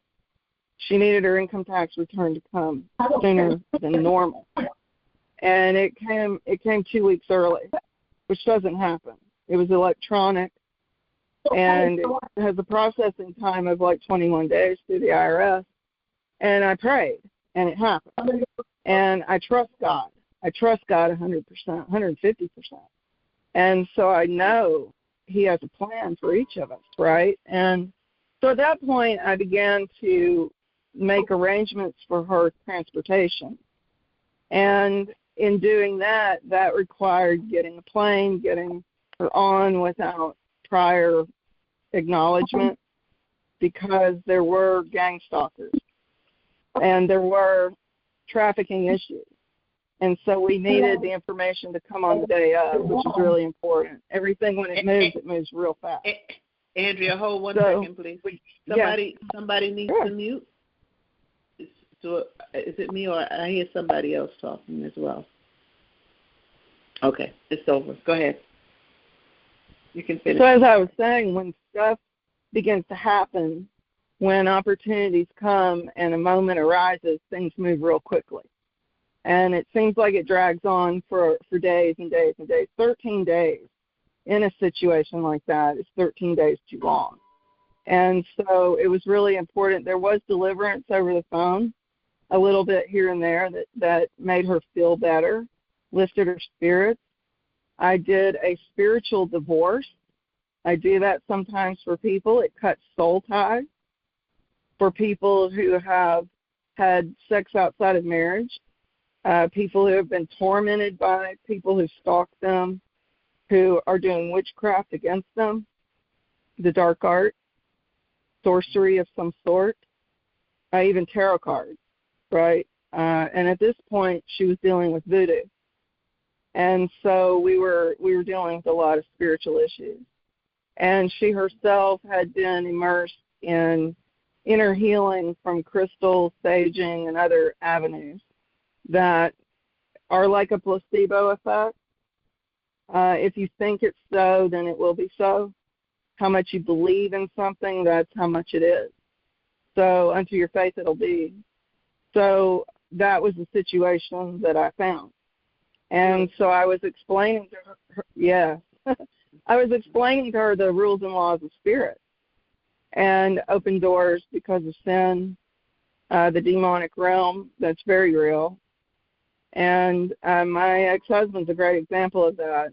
I used that word not knowing. I thought it was personality issues, some kind of character flaw. It's much deeper than that. It's much deeper than that. Okay. So at this point, we got her on a plane, and she flew out of one state, flying across the country to Denver. In Denver, she was to hop on another plane, but she found herself kicked off the airline. There was a situation where she was intolerant. And when I work with people, typically they are desperate, they are ready, they are willing to accept whatever it is. If they've got to be on a Greyhound for 18 hours, they will sit on that Greyhound for 18 hours grateful. And this was not the case then. So being extracted doesn't come without its warning. It's high intensity. There's a lot of waiting, a lot of travel sometimes. Going coast to coast is not an easy task when you are, being trafficked and targeted and hiding and running from people and neuromonitored. So because of the airline issue, that required a couple of nights stay in the Denver airport. which made this person extremely nervous. She also had an animal in tow.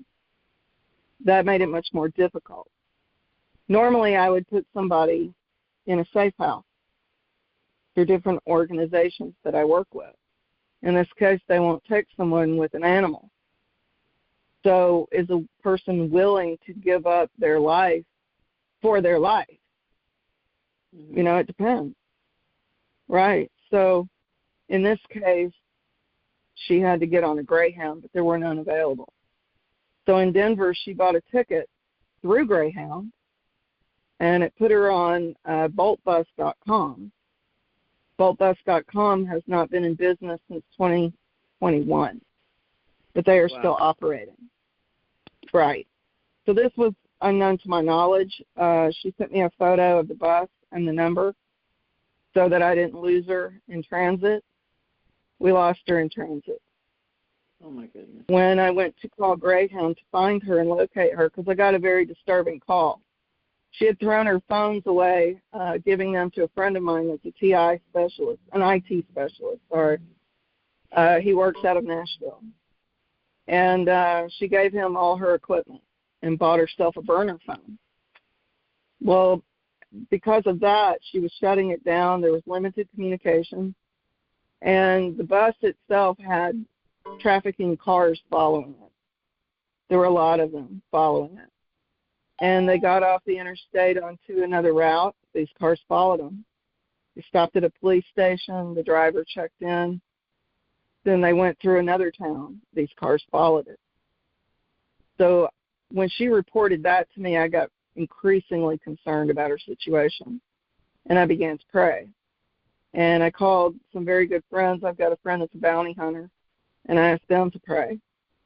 And at that point, we didn't have communication for about 3 hours. So now it's about 4 o'clock in the morning, and she's been on this bus, you know, for at least 6 hours, 7 hours. And they were taking her southeast. She was supposed to go southwest towards California. They were taking her to Texas. Yeah. That was very concerning. Mm-hmm. So I called Greyhound again, and they said, we have no communication with that driver. We have no way of doing business with them. So I didn't understand how it was that she was able to buy a ticket for them. They're not an affiliate. So I called their 800 number that's listed online with their company, and it is America's hottest sex line. So I knew right then she was being trafficked. That was a confirmation. And because of her age, it would be for her organs. Anybody that's about 35 and under is at risk for sex trafficking. In this case, they would use her as a mule, pack her with drugs, take her organs, do whatever they could with her. So that was serious concern. And so I called the FBI in Denver. I called local police in El Paso, Texas. And at this point, I had talked to Chief earlier, but I did not want to wake him. And he had had some very long nights. So I waited, and I prayed. And when she got into El Paso, she did get off the bus, and she called me and put me in touch with a ticket agent, a real-life person. Typically in the past, it's been an electronic situation, and there isn't a live person at the bus station. So we were really grateful for this. And the ticket agent verified the phone number. She called it and made sure it was a sex line. She was really disturbed, and she generated an actual Greyhound ticket for my client. And at that point, she got on an actual Greyhound bus and headed west. And we saved her from going over the border, where I believe she would have been killed, bought and sold and killed. Mm-hmm. So she got into Arizona, where because of my communications with the FBI in Denver, which typically should not have answered the phone. This was a God thing. It was off hours. It's the FBI. It's the Bureau in the office. They work federal hours. They should not have been there. And someone answered the phone and took the report. Beautiful. So she had a huge police presence when she got to Arizona. That was a miracle. That was a miracle. Mm-hmm. So we got her into a safe community, and with the help of a missionary friend of mine in Nashville, we gathered funds for her, and there was promises to pay some of this money back. Some of it was a loan, and most of it was a gift. And then there came a job. She called me. She says, I don't know what I'm going to do. I'm going to go out and look for work. And the Lord spoke and said she's going to have 2 jobs to choose from. And within the hour, she had 2 jobs to choose from. Beautiful. And so she was employed and was working for cash. And she was working in a stone store, crystal, amethyst, semi-precious stone. And at that point, she began to become into management very quickly. Other employees left, and she was targeted, though. There was radiation in the store. She had radiation sickness. There were issues with men coming in that were bearing certain tattoos that are related to certain gangs. And so we became really concerned about her safety at that point as well. And so we got her out of there and got her into another larger city. And that's where she rented a room on the promise that she was going to pay rent there. She got a great job, a guide job. So she was then guiding tours through the canyon, $300 a day. That's not chump change. That's really good. And her animal was going through some bouts of sickness, and I was continuing to pray for them. And then I got a phone call from her that she was awake, but she was falling asleep and found herself levitating in her bed. And she had practiced a lot of things that are, I guess, what some people would call yogi guru stuff and Middle Eastern kind of practices. And she texted me that she was yelling, I'm of the light, but I'm of the light. And she was really confused how something like this could happen. And you know as well as I do, the rules and laws of the Spirit are very clear. The power lies in God. John 4. It's not that we love him, but that he loves us, right? So the power lies in God. And if we aren't sold out and committed and reconciled to God, we have no real authentic power, and it's coming from a dark place. And only the power of God can crush something like that. Mm-hmm. So it was important to pray for her and, give her a little wisdom on that. And I gave her some scriptures, and she was reading a Bible for the first time since she was a child. And she had said that she spent 13 years in Catholic school, but knew nothing of the Bible and nothing of God. Mm-hmm. And so it was just crucial that we ministered to her soul. I say we, me and the Lord, Jesus. Mm-hmm. So I told her that, it's not an intellectual decision to accept Jesus. I said, call on him. Tell him you want to see him. You need to be with him. See what happens. And so there was some repentance that she went through, and she talked to the Lord, and she said that she made a choice to follow Jesus, to learn more about God, and from that place, she had more hope. That was important, restoring hope for someone that was hopeless, who was struggling to just go on. And then more things started to become revealed, right? More things started to become revealed. My IT specialist friend in Nashville, yes. It was a happy ending. It was you extracted her. She, got saved. You helped her spiritually and naturally. Very, very interesting. Very good. Thank you so much for that. Very much. Thank you. Yeah. Andrea. And I wanted to ask Chief as well about one of your favorite arrest stories, and then I'm gonna ask you each to tell the kind of services you provide for the community briefly, and we're gonna have the community ask questions if they have any interest. And Chief, your favorite arrest story, please.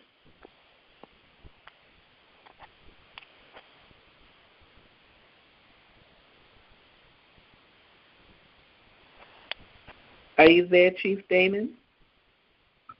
Oh, yeah, I had myself on mute and I was talking. Good golly. Jumping Jesus. Nuts. Well, a man that I had arrested a couple of times before for misdemeanors, he was a thug, maybe not an all-in gangbanger, but he'd hang out with those types.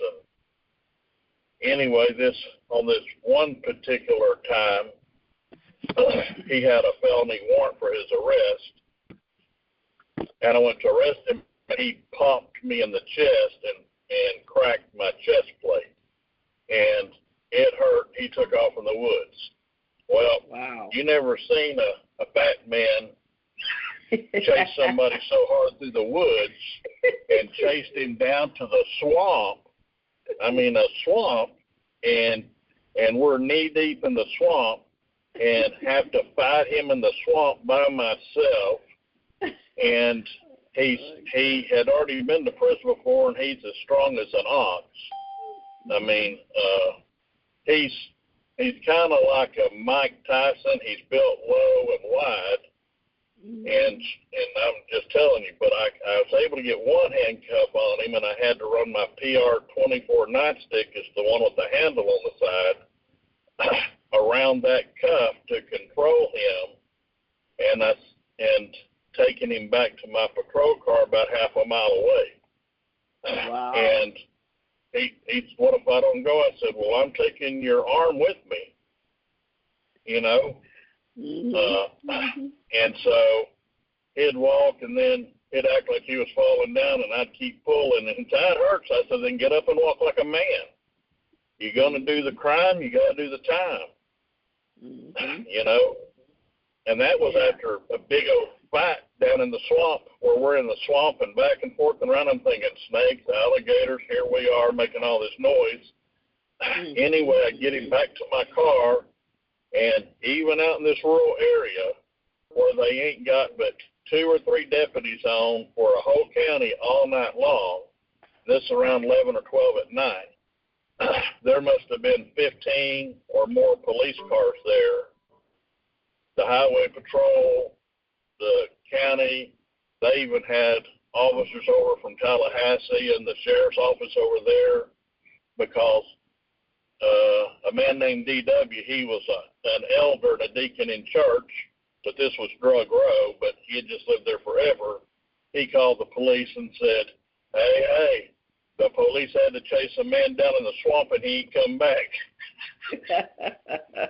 And so they said, everybody. Well, anyway, when I get up there, they're seeing how it is.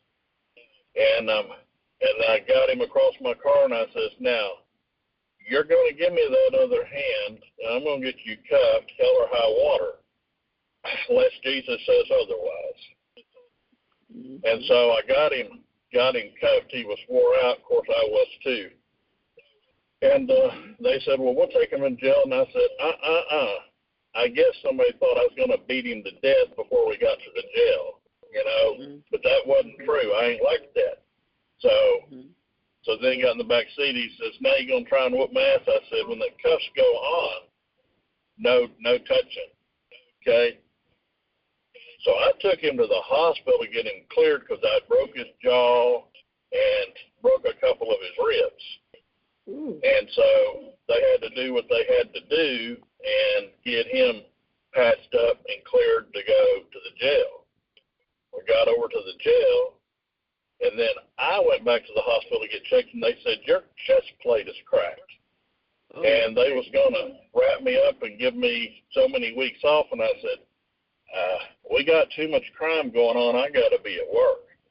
So they finally gave me something like a 3-day thing, but I was back at work in 48 hours when it was my next shift.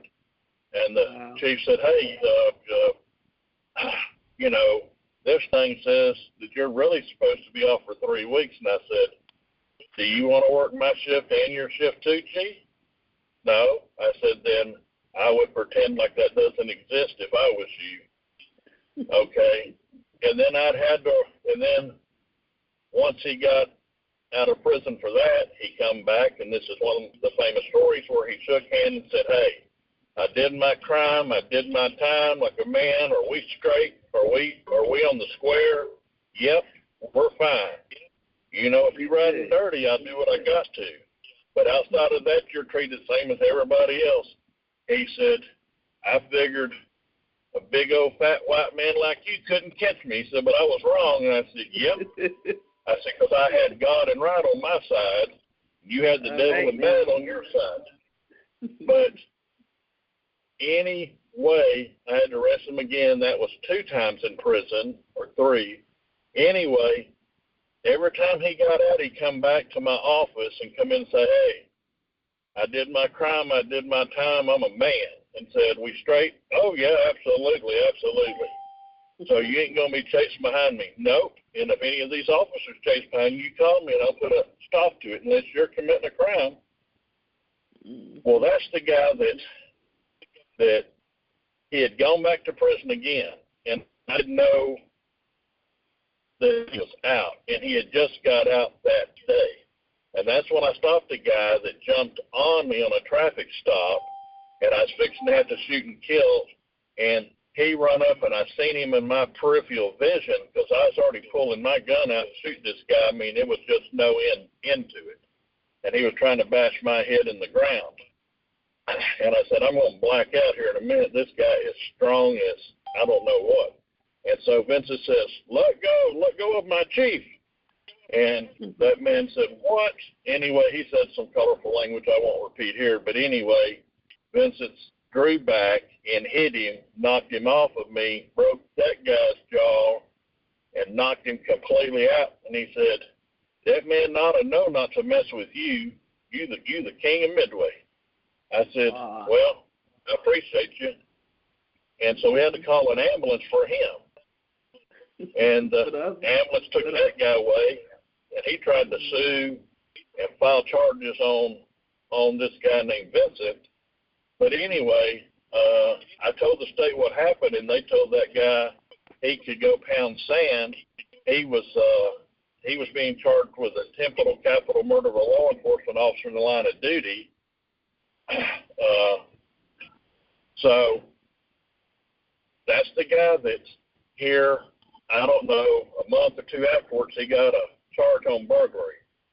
And because he had such a rap sheet, you know, he was looking at probably 7 to 15 years in the penitentiary. And the judge asked me what I thought about his notorious act. So I explained it, and I said, absolutely unequivocally, I would have had to kill the man, or the man would have killed me, and Vincent saved my life.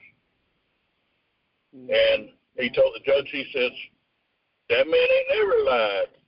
He's talking the truth. And the judge said, hang on a minute. And he says, well, what are you thinking? He said, I'm trying to balance out justice. Okay? He did something, and we got victims. And they're here. And he has to pay for his wrong. But he also saved a police officer's life, and we have to take that into account. I said, yes, sir.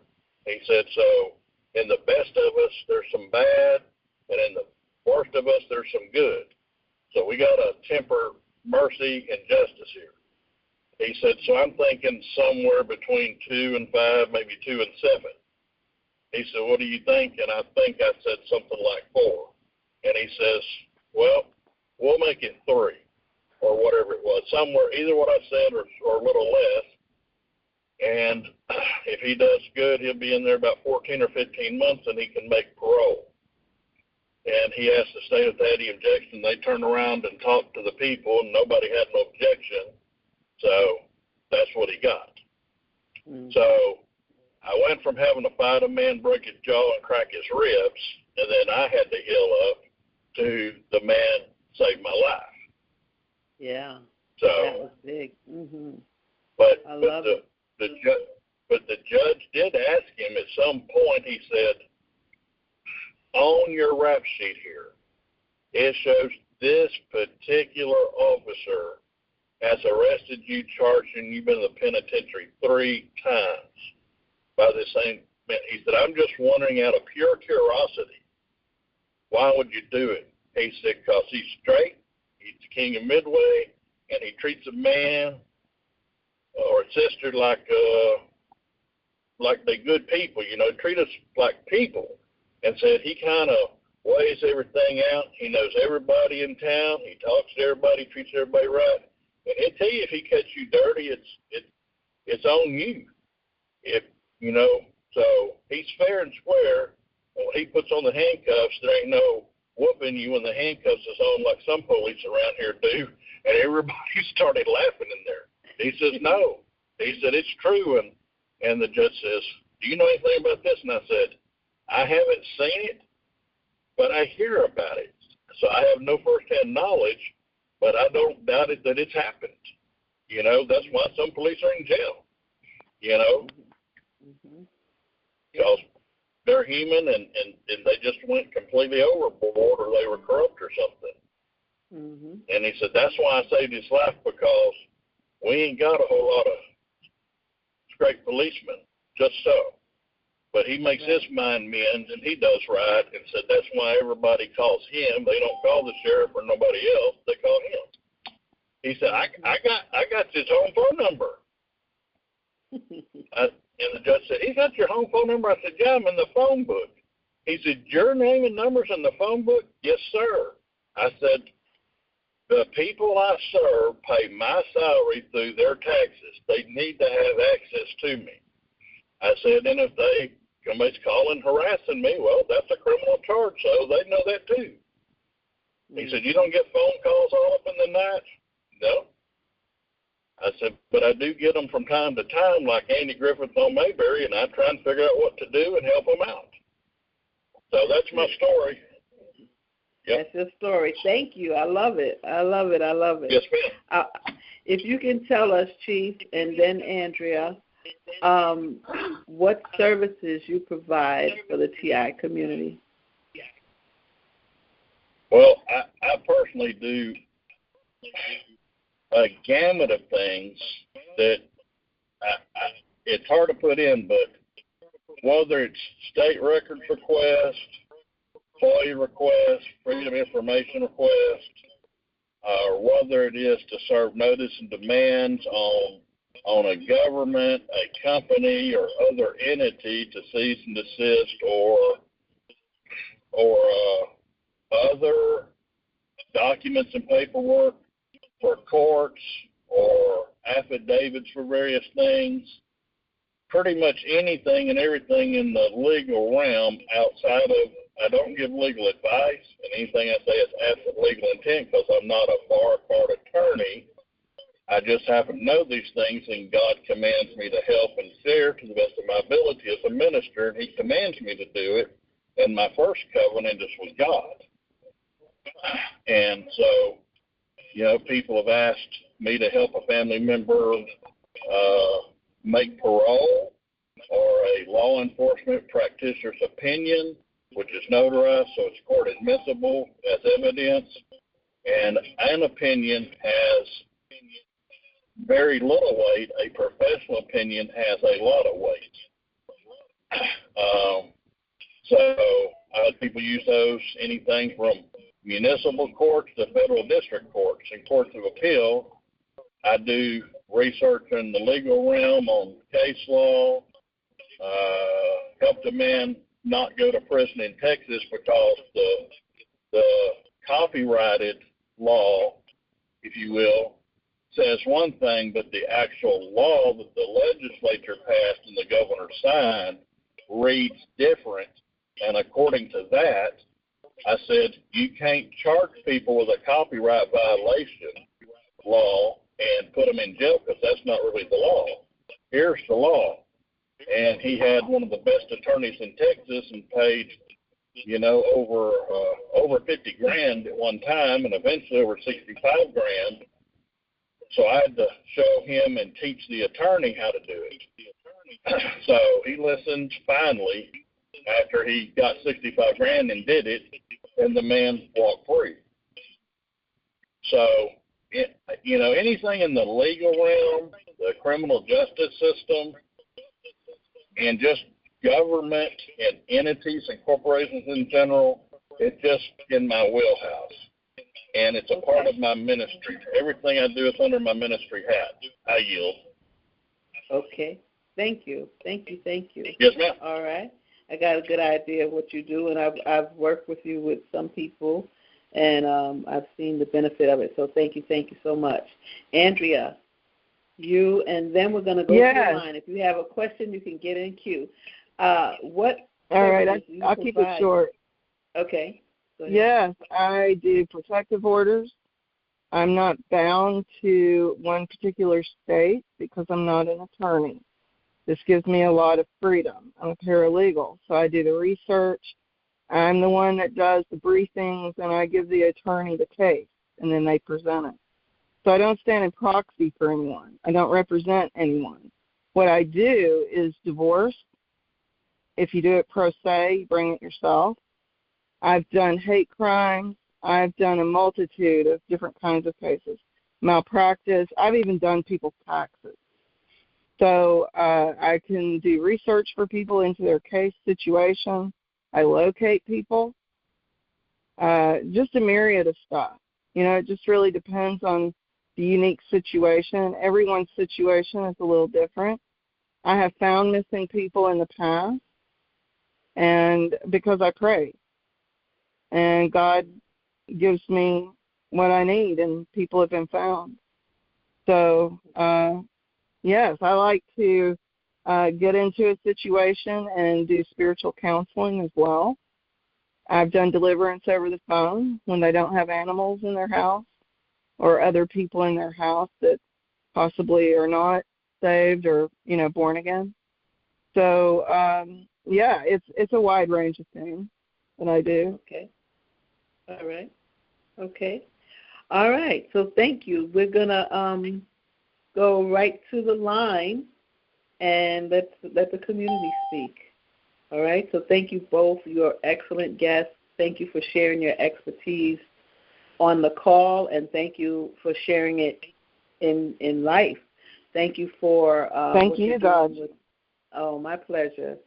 Thank you for what you do for the community. It's a true blessing, especially to have good, sound legal help and help in every area, spiritually and in the natural, from two honest people. So thank you so much. All right, so we're going to go to the first caller. We're going to take one or two questions. We're going to do an announcement break and then come back to the closing remarks. All right, so we're going to do the two questions. Let's take two questions first and then announcements.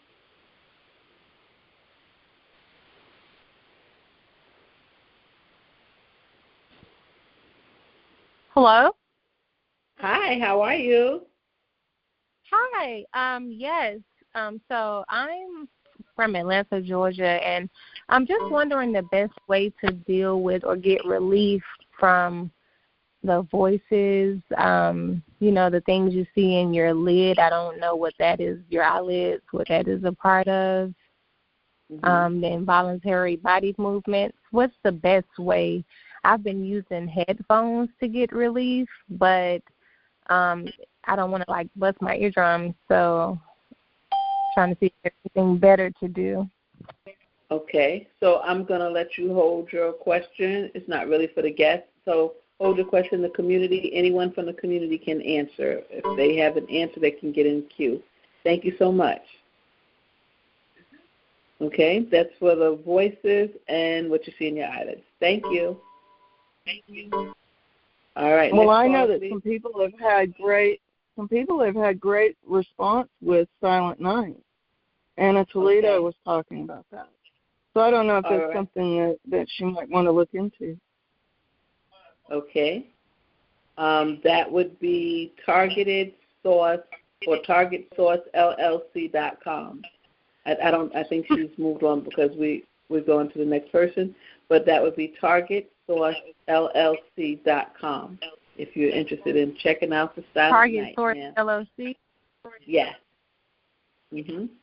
.com. Okay, thank you. Okay, my pleasure. Thank you for that, Andrea. All right, next caller. Yeah, this is Teresa. I'm just interested in the lady that said she had extra help, that she could help me with some legal matters. Do you have her phone number and her? Okay, so she can hear you, but this is how we do that. Instead of giving out phone numbers and information, email me, Teresa, at the Justice Action Meeting at proton.me, the Justice Action Meeting at proton.me, and I will get you two in touch. Okay, thank you. And her name is Andrea. You can put Andrea in the subject area. Andrea, okay. Sounds good. So Thank Justice you. Action Meeting. The Justice Action Meeting at proton.me. Okay, the Justice Action Meeting at proton.me. Yes, ma'am. Okay, thank you. All right, thank you. All right, we're going to go to announcements and a commercial for Colorado, and we're back at you. Go ahead now, please.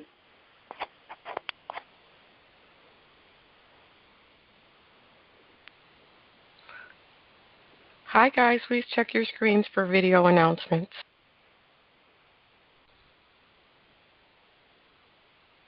Good evening, everyone, and welcome to another edition of The Week in TI Events.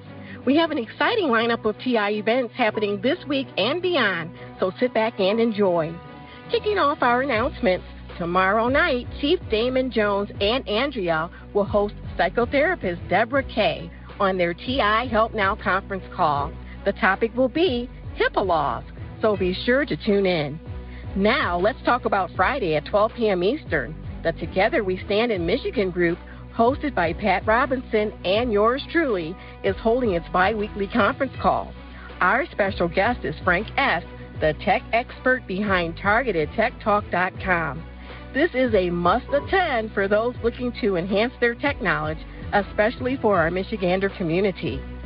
Later on Friday, join Refuge from the Storm Church for 12 hours of prayer, starting at 8 p.m. Eastern and ending at 8 a.m. Saturday. To participate, contact Sister Cassandra Lewis at 667-440-8967 or email Dr. Black at mgrace321@gmail.com. Looking ahead, the 2024 Democratic National Convention is just 6 days away, from August 19th to 22nd in Chicago. Ann Baker is organizing a group of TIs to attend. Visit the Havana Syndrome Task Force Rally tab at tievents.org for details. The countdown has begun. In just 15 days, the Targeted Action 2024 rally will kick off in Colorado Springs from August 28th through 30th, hosted by Targeted Justice. This promises to be the largest TI awareness event ever, with over 200 attendees already signed up. Key speakers include Sarah Westphal, Dr. Lynn Baer, Attorney Anna Toledo, Richard Lighthouse, Dr. Sally Priester, GoGi's Justice, Craig LaForest, and other esteemed members of the TI community. For event details and to register, visit the Targeted Action 2024 tab at targetedjustice.com or tievents.org.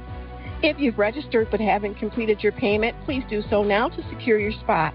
Use the link on the targetedjustice.com website and enter invoice code 001 to finalize your registration.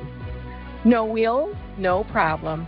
Simply head to the rideshare board at tievents.org to find or offer fellow TIs a ride to the Colorado Rally. If you're curious about whether you're a targeted individual, check out GoGi's book, GoGi's 10 Signs Which Indicate You're a Targeted Individual, available on Amazon and the Targeted Justice Etsy shop. Stay updated with Targeted Justice by following them on Rumble. Just type Real Targeted Justice in the search bar and hit follow. And don't forget to keep up with GoGi's Justice on TikTok and YouTube for the latest updates. Thank you all for tuning in tonight, and a special thanks to GoGi for allowing me to share these announcements. Remember to sign up for email updates at tievents.org so you never miss a beat. Until next time, this is Tranquility signing off and sending you all waves of positivity. Have a wonderful evening, everyone. All right. Thank you. Thank you, Tranquility, for the news, for the events going on right now. I have an answer to the woman who had a question about the sound and something, her eyelids. So this is the answer. Extra large neodymium, I could never say that word, magnets. They're the N52 magnets, extra large, that are epoxy coated. You can get them through Amazon, and put them along the lower part of her head from ear to ear. Lower part of your head from ear to ear. All right. So, yeah, maybe you get a little headband and put that there, a scarf that'll hold it in place, put the magnets on, and it's supposed to help. Beautiful, beautiful. Thank you so much, Answera. And anybody else? If not, we're going to start moving out. Hi. Can you hear me? Yes. Hi. Hello. Yes, I had a question. I don't know if anybody can help me. My name is Teresa. I'm from live in Stockbridge, Georgia. Hi. I have military-grade drones. They look like stars, but they're not. They hang low. And they're shooting frequencies through my home. And I called and I've talked to local officers, and they're telling me that there's nothing they can do because you have to own the space, the air above your home. You know, you have to own the airspace or something ridiculous like that. But if they're harming me and they're not your standard drones, how is it, I'm trying to figure out, they're harming me and it's showing physically on my body. How can I go about this legally or get the attention? Because I've been documenting them. I've got it on a TLC 300 Brino, and I've been recording these things for the past year. And what can I take, or who can I take the evidence to, to get something started? Because I know a lot of us have issues with these drones. And if somebody could help me or point me in the right direction. Well, first, good job with the documentation. Chief, do you want to take that, or do you deal with the air? I was hearing, but I was distracted a moment. Tell me the more specific question, please, GoGi. Okay, so the question is drones above her house that are assaulting her electronically or remotely, and when she reports it, they tell her that she has to own the air above her house. Okay, those are called air rights. Okay, you have mineral rights, which are under the ground. Then you got top surface rights, and you have general air rights. And I forget, there is a federal statute, and it has to do with the FFA that I don't, if it's 30 foot or 300 foot, but there's a certain amount of what's called curtilage airspace that goes to your house. And so anything in that area is a criminal trespass by man or machine.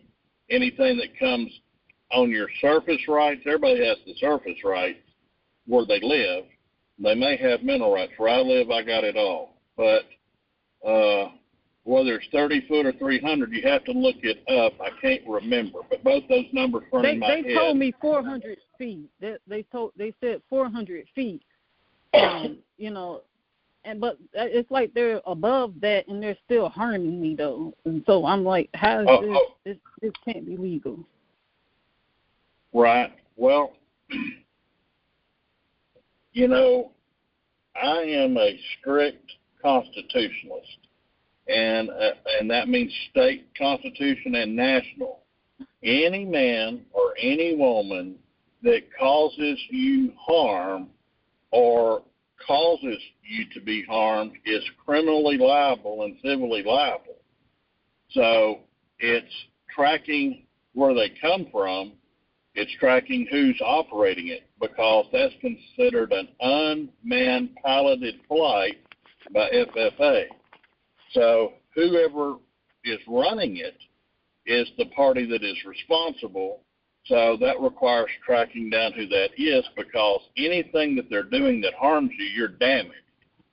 So you have a right to sue and a right to file criminal charges on, but you're the claimant, okay, where police can see an actual bullet hole or a knife that struck you or something.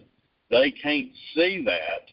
So that's supposed to be a part of their investigation, but that's above their pay grade and above their abilities. But the FAA has control of that airspace. So you'd have to file a complaint with the FFA that there's unmanned drones coming in the airspace above your house, and it's doing something. That's the way to go. It's doing something that when they're around, you feel a lot of pain and you don't know what it is. Because then you can't be a conspiracy theorist. You're saying, I don't know what it is. But when they come around or I start really hurting bad, I go out and they're around. When they leave, it goes away. So that would be a way to go about a complaint. I love it. Yeah, be very, very descriptive about it. Okay? All right. Thank you, Teresa. Thank you. All the best. All right, next caller, please. Oh, good evening, GoGi. Hi, how are you? Hi, I'm well, thank you. How are you? The reason that I wanted to speak with you was that there was a story recently that you just discussed today regarding Matt Taibbi and Tulsi Gabbard, and they were each interviewed by an organization called The Hill. I think The Hill something. But anyway, I just wondered if it would be a good idea to have Anna be interviewed by these agencies. It would get the word out about the lawsuit, and it would expose it to more people. The reason behind the lawsuit. Yeah, and that I leave that is you know everything, and so you know how to put that together. So thank you. I don't know everything, but thank you for that. The thing about it is they, the primetime media shies away from this issue. They really don't. They really don't deal with the targeted individual community. That's why we're so grateful that someone like Tulsi can bring this up, because she is in the in the limelight, and it is happening to her at a different level, though. But she will be able to bring it up and bring attention to this matter.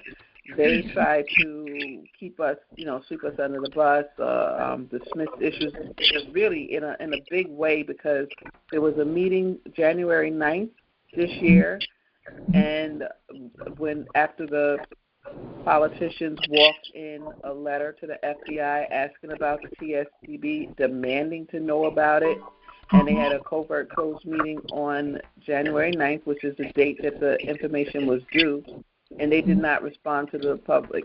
So they did, they let us know that they were giving the memo out, but they didn't come back with a response.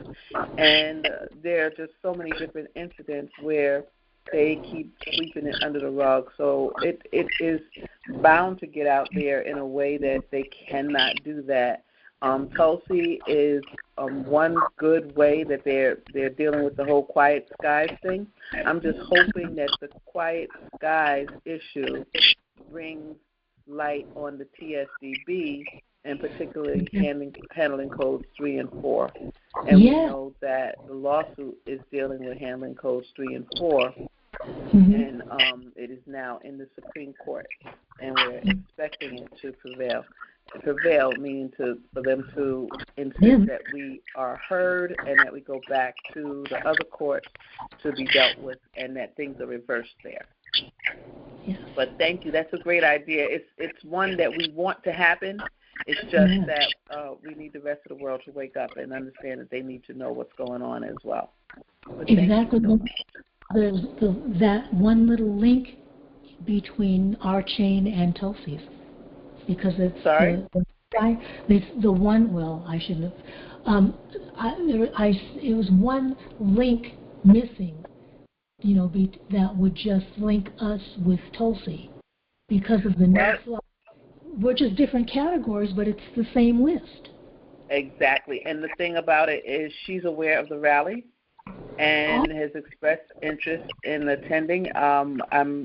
We're hoping that can be made possible. There's a delay, so we'll see what happens. But she expressed interest in the rally, or her office has. Yes. Well, thank you for speaking with me, Gaji. I appreciate it a lot. Thank you. Thank you for your questions and your really your solutions. Thank you so much. Thank you. Bye. Bye. Next caller, please. Anything? Hi, Gaji. Hi. How are you? Okay. My question was for the chief. Okay. Okay. You explained about the air. What about the weapons on the ground? Okay. Because what do you mean? Like if they're doing all here in Michigan. Give me an example. Wait, I'm sorry. Go ahead. Explain what you mean, weapons on the ground. There are a lot of different weapons. Directed energy weapons. Okay. You mean if they're on your property? If they're like in the cars, using them towards us, or even if they're like in a house next door or in the parking lot. Okay, you'd be talking about like a portable energy microwave device. Yes. Well, let me say this though, Chief. Sometimes what it ends up being is they use their cell phone to connect with a cell site simulator, a Stingray. Yes. And that Stingray goes to the cell tower and they attack us. So, but the person is directly involved. Yeah. Right. I'm going to say a few things. One, you have a suspicion. People say, I know. But where it comes to the legality, police and the court, the justice system, when you make a claim, it's incumbent upon the claimant to prove, or the burden of proof is upon the claimant. Meaning, if you're claiming a neighbor, for example, was doing it, or you're claiming this car with this VIN or tag number, somebody in that car is doing it.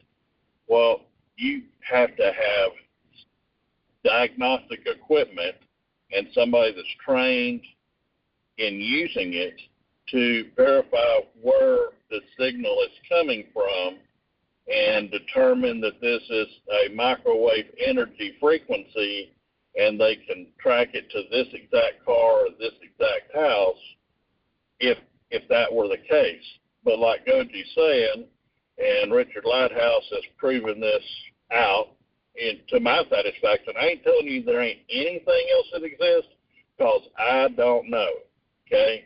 So the possibility always is on the table, but generally it is the cell towers that are weaponized, and say if you have a neighbor or there's somebody in a parking lot or something, they can use their phone, if they're the bad guys, and connect in the cell tower and cause it to act against you.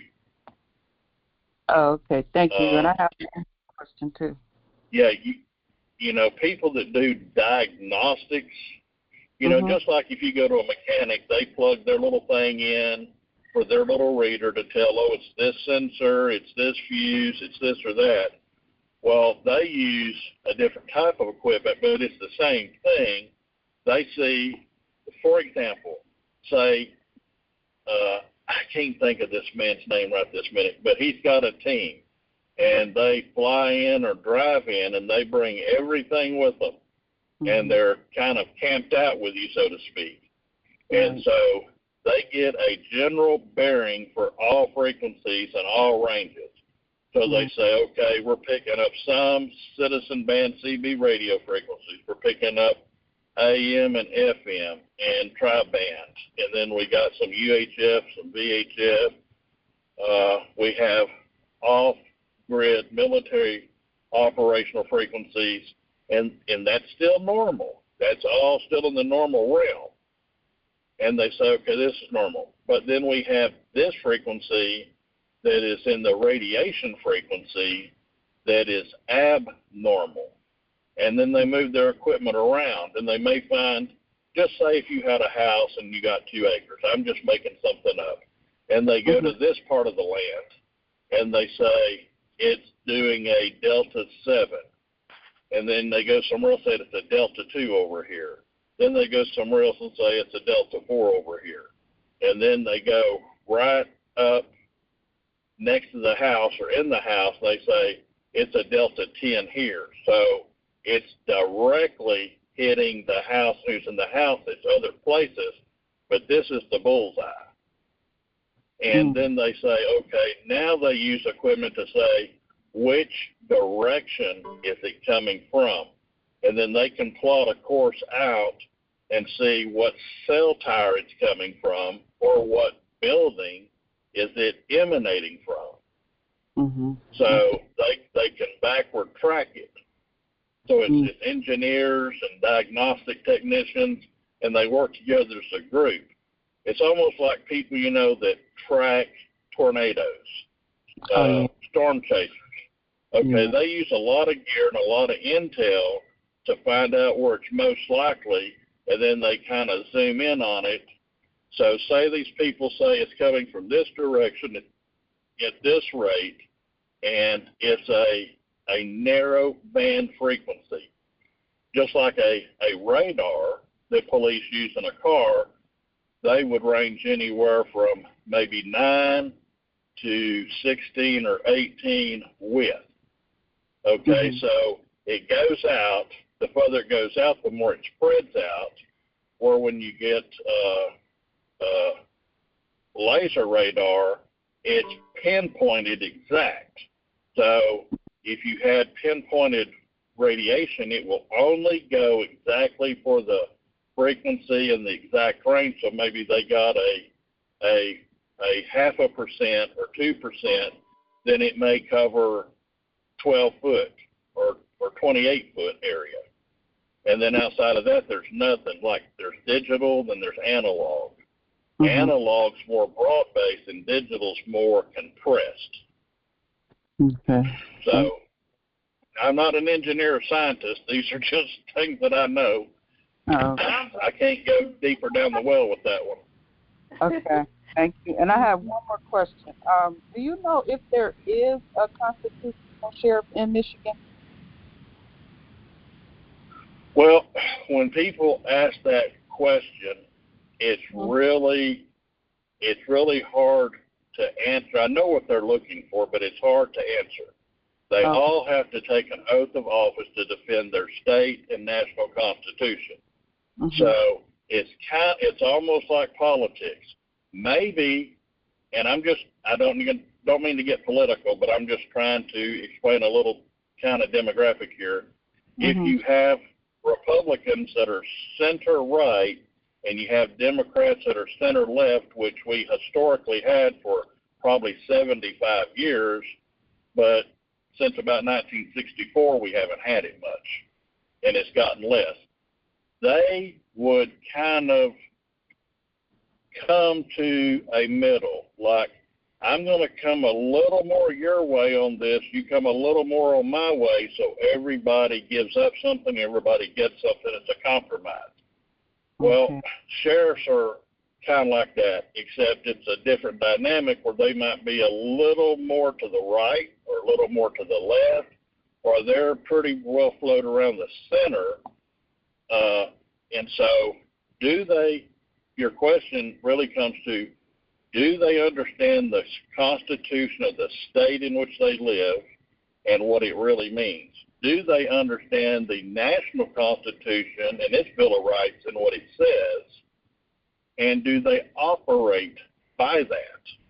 So that's where you have to, when people are running for office, then that's where you go and ask questions of them personally, if possible, and ask their staff and tell them, you'd like a written response to these questions, and you gather up a herd of people, as many as you can, to come to these events, and you're all on the same focused questions.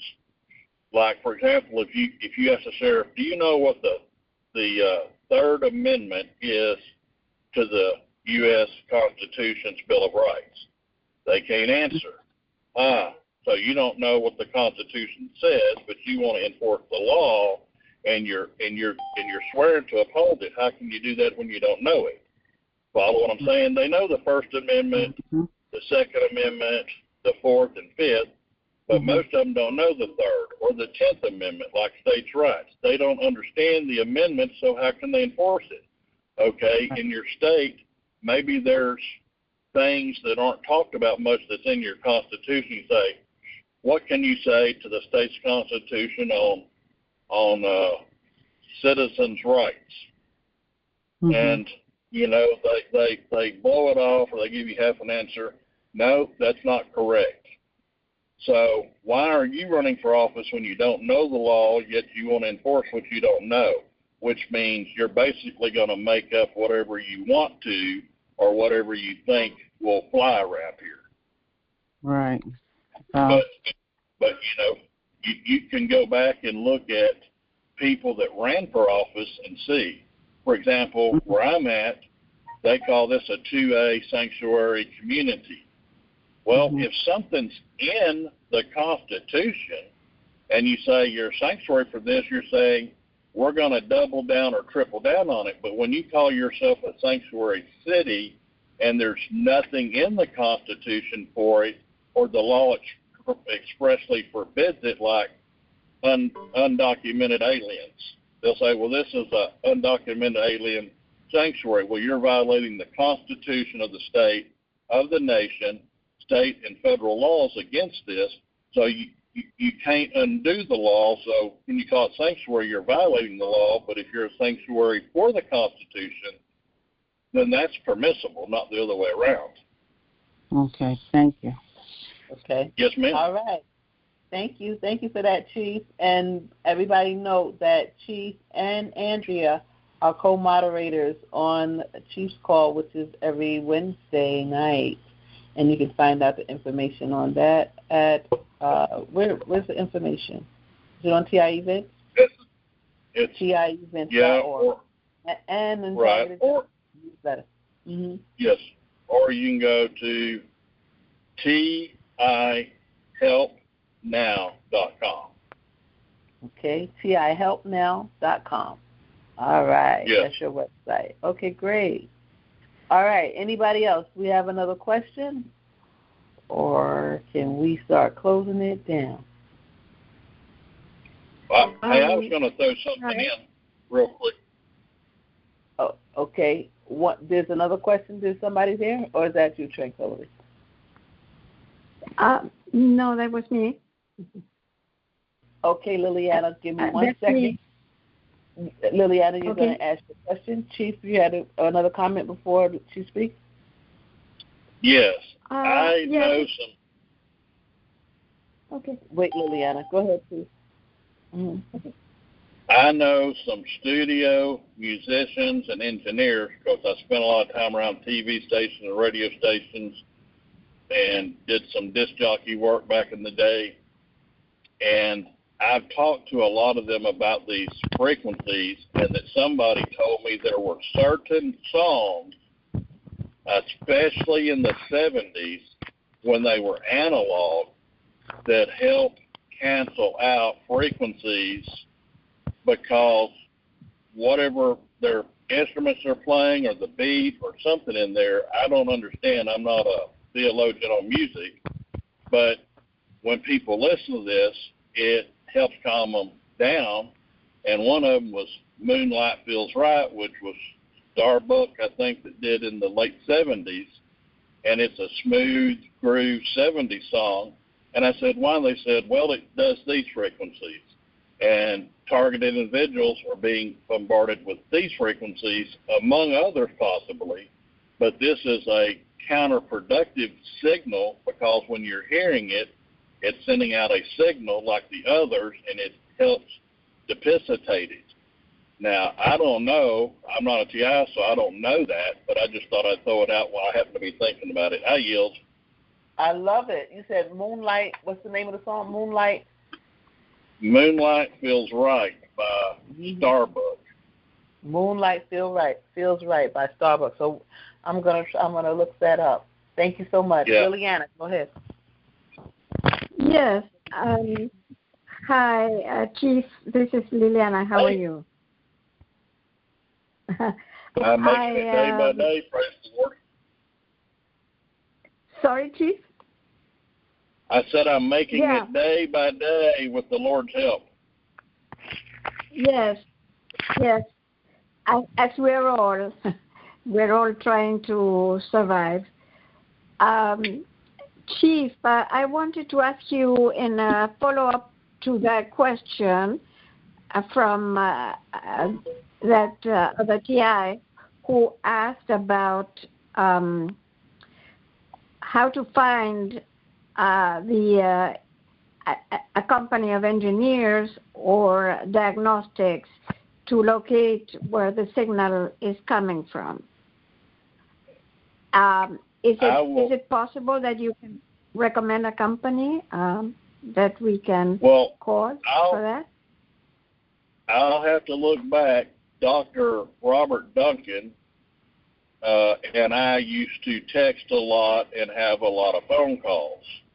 And at one time I had a client that had the financial ability to hire someone, and I asked him for a recommendation. He said, well, don't put my name with it, because if they get mad at them, then they'll say, well, you recommended them. So he said, I don't want my name attached to it. And you can say, these are some of the people, and you can branch out from there. And I had to go back and see if that was text to me, because I used to remember it for a year or more, but I eventually forgot, and I don't know who else specifically does it. But I'll tell you this, do not be hoodwinked. There was a man that said he was a satellite guru guy back about 4 years ago, and he had about a dozen women in Southern California going to meet him at midnight at some specific place, and they were going, and I found out the man was out on felony parole out of Michigan, and he was trying to get these women to go, and he had committed sexual assault, batteries, burglaries, all kind of things. And it took that and me getting his rap sheet to a couple of the ladies that were very influential. And I said, you show this to the ladies, tell them if they go, they might as well, before they go, write out a will and sign it and go ahead and make their funeral arrangements, because they ain't coming back. And then they canceled it. Mm-hmm. Yeah. So be careful of who it is, and anybody that you find that does this, I'd be willing to vet them to make sure you don't get hoodwinked and raped or stabbed or worse.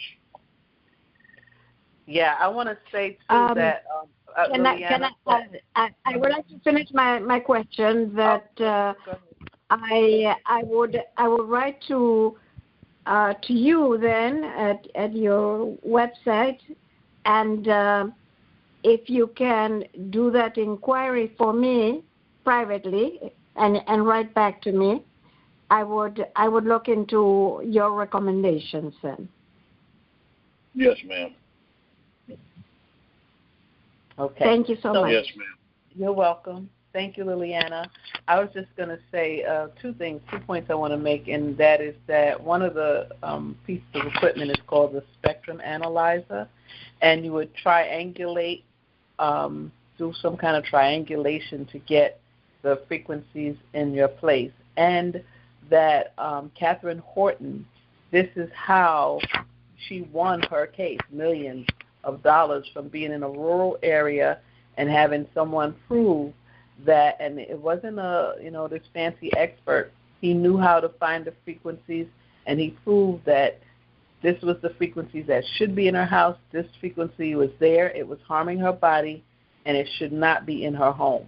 And she was able to win her lawsuits through that. So this is very important, and I just want to encourage any TI that's listening, and if you are have expertise in this area, I would love to talk about creating a team that can go around and do this for TIs, because we need to start being our own experts and solving our own problems and helping one another so that we can move this thing forward. So that's just an idea. If you are able and you are interested, the Justice Action meeting at proton.me, please.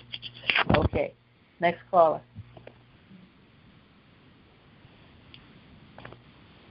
Thank you, Chief, for your answer.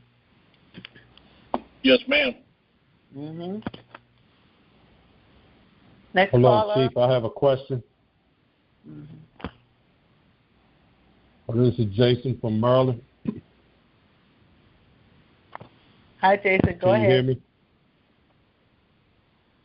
Yes, I have a situation with the police departments with an S. It seems like every jurisdiction I go into, I'm being followed around by the police departments.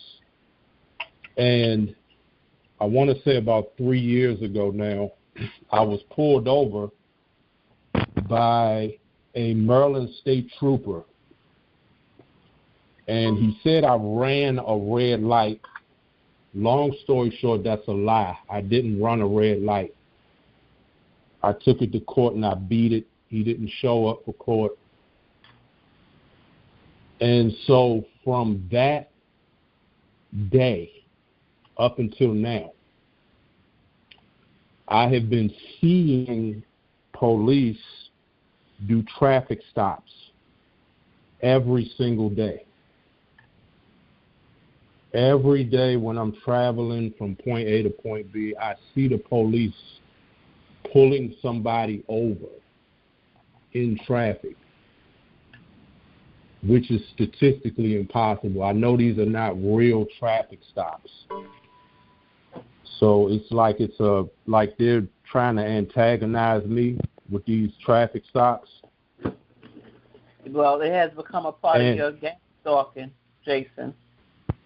Yes, that's only one thing out of the a list. There's a whole list of things they're doing. There's other regular people, regular cars following me around, but that's like a big one. Like the police, and I have videos and pictures of some of it. Good. Where it'll just be the oddest places. They'll just show up with a perp and they'll pull somebody over. And this happens every single day. I see somebody get pulled over. Mm-hmm. So my question is, is that good enough evidence if I was to try to bring a case up against? And I mean, I don't even know who to try and bring a case up against, really. Oh, that's the issue. I'm sorry, I'm gonna let Chief answer, but that's why they do it. So that's why it's so many different ones, because it becomes moot But go ahead, Chief, if you have a different answer. Well, I've told clients hundreds, maybe thousands of times, if you write out a sworn affidavit and have it notarized, then that's an official record, and it's court admissible should you ever go to court. And if you write it notarized, you can either at the county recorder's office, whatever they call it there, that keeps public records, you can file it there, and it may be anywhere from $5 to $15 or something for filing. And then you get an original copy back from them that's time dated, stamped from them as a court record. And if they say, well, we don't have nothing for you to put your affidavit in legal, well, you're required by law to file it, so you can put it in miscellaneous. It doesn't matter to me, but you have to take it.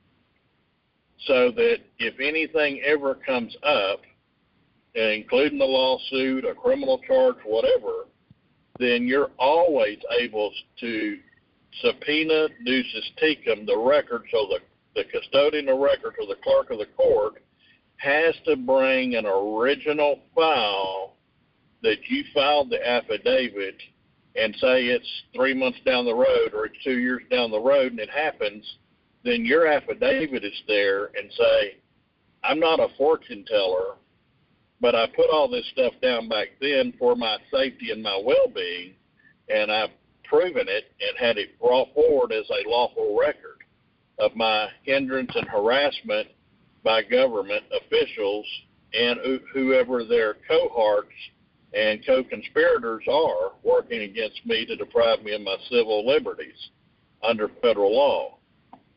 And you can put what you reasonably believe in an affidavit, so long as you put that. In affidavits, you put like, I have personal firsthand knowledge of this as a witness and a victim, and you can put your original traffic stop information down. And you say, since that day and I went to court, the officer didn't show up, and I won the case, immediately after that, the following things begin to happen to me, and some of these things are statistically impossible to occur in my daily driving routes from this city to this city, or this 8 miles between here, that it's statistically impossible for this to happen this way.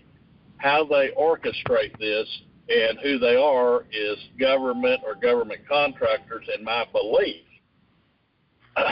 And it makes a reasonable correlation to my firsthand knowledge that this is a reasonable man belief.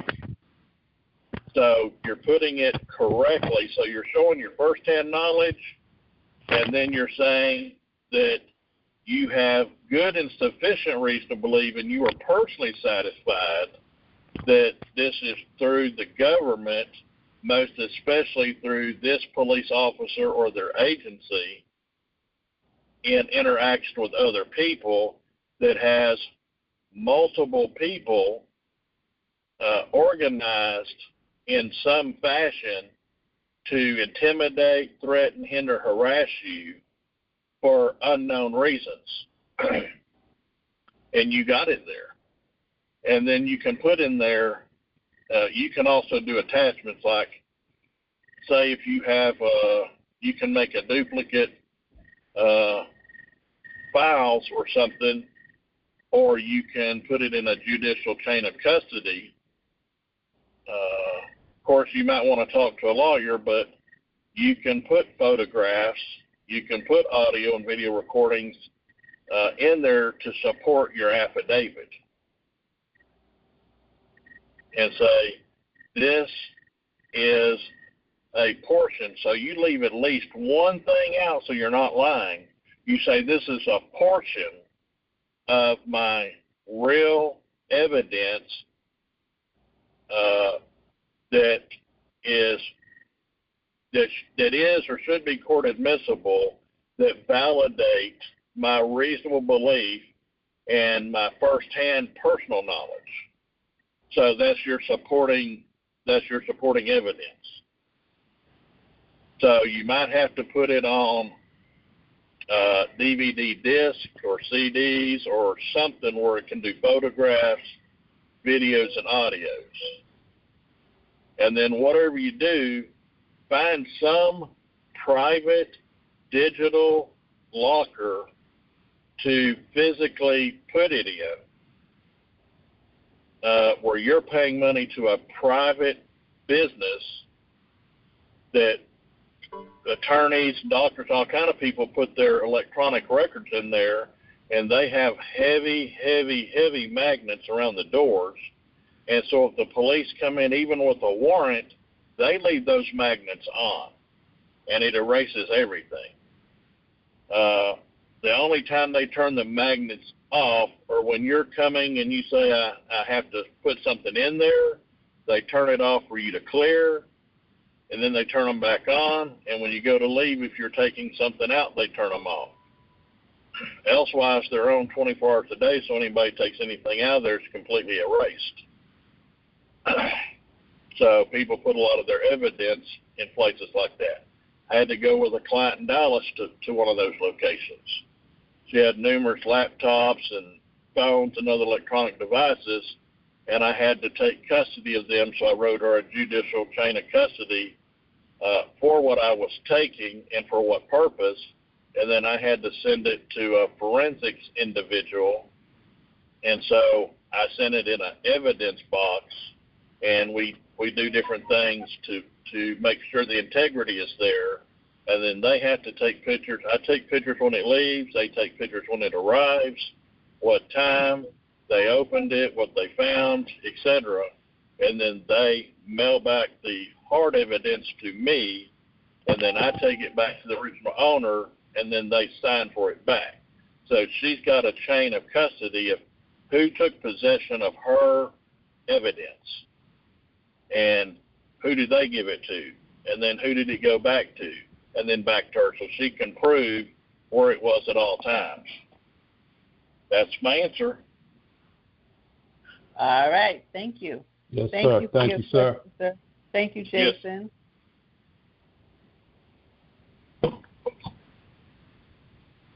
Hey, Next y'all want to hear a funny? Y'all want to hear a funny? Yeah, go ahead.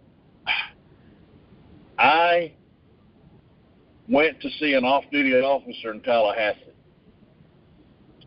and I'm driving a box car, which was mine, my personal automobile. But because it was used for undercover operations, I had an exemption on fully blacked out windows, right? Mm-hmm. And so I got stopped for driving while black. I'm just telling you. And the police are questioning me and stuff. You got any weapons in there? And I said, that's a Fourth Amendment, Fifth Amendment question violation. Do you suspect me of something? What is your proof and stuff? And they're like, well, whose car is that? Mine. Well, why is the windows all blacked out? I wanted them to be. It's a violation of the law. And I said, well, yeah, it could be. They said, no, it is. And they wanted to tell me the statute, and I said, I'll take your word for it. Anyway, I was just playing dumb and going along with them, and I said, hey, are y'all stopping me for driving while black? And they said, how can that be? You're white. And I said, because I had blacked out windows, and this looks like a ride. You know what I'm saying? My car looks like a ride. Okay, I got more than one car. This car looks like a ride and blacked out windows, so you need an excuse to stop me. So I know how it goes. So you're an attorney. No, I'm a chief of police in an adjacent city. Thank you. So the guy I was going to see, he calls me on the cell phone, on my police cell phone, and said, hey, you get stopped for driving while black? And I said, yeah. He said, happens to me all the time. I said, well, you're a black guy. He said, duh. And he said, hey, I want their names and stuff. And I said, I'm going to give it to you, but I'm going to talk to the chief of police in Tallahassee. and file a complaint on them. So I did. Anyway, they had to go to cultural diversity class, and they got reprimands and was on probation. But anyway, I think they finally come around to a new way of thinking. Okay, now. All you know, right. because the chief actually asked me, he said, you think I ought to fire them? I said, you got a lot of money put in them. They're pretty damn smart, and they're pretty good at their job. If it's some way to get the racist bigotry out of them and retrain them, you're probably better off. But you're the chief, and you'll be talking to them face to face, and you'll have to make that decision for yourself, knowing you're responsible to all the citizens. And if something was to come up, hey, you know, they might subpoena me, and I ain't going to lie. So anyway, you know, when he was talking about troopers stopping, Maryland, New Jersey, and parts of Virginia, they're militant up there in a lot of those state police and do a lot of profiling. You know, I don't know if it's profiling him, but I'm just in general. I yield. Yes, all right, thank you. Go ahead, ma'am. Hi, this is Jennifer. I was just agreeing with Chief. Yes, they do a lot of profiling and just continue. That's all I want. We can hear you that clearly. Be careful. Your question, Jennifer? No, I was just stating that I agree with Chief Daymond that they do. That's correct. They do a lot of heavy profiling in New Jersey. I just came from out there. Yeah. Okay. So you don't have you just want to agree? You don't have a question? No, I don't have a question. I just want to agree. Thank you. Well, thank you for coming on the line and joining the J.A.M. Oh, you're welcome. Thank you. All right now. Thank you. All right, next caller, please.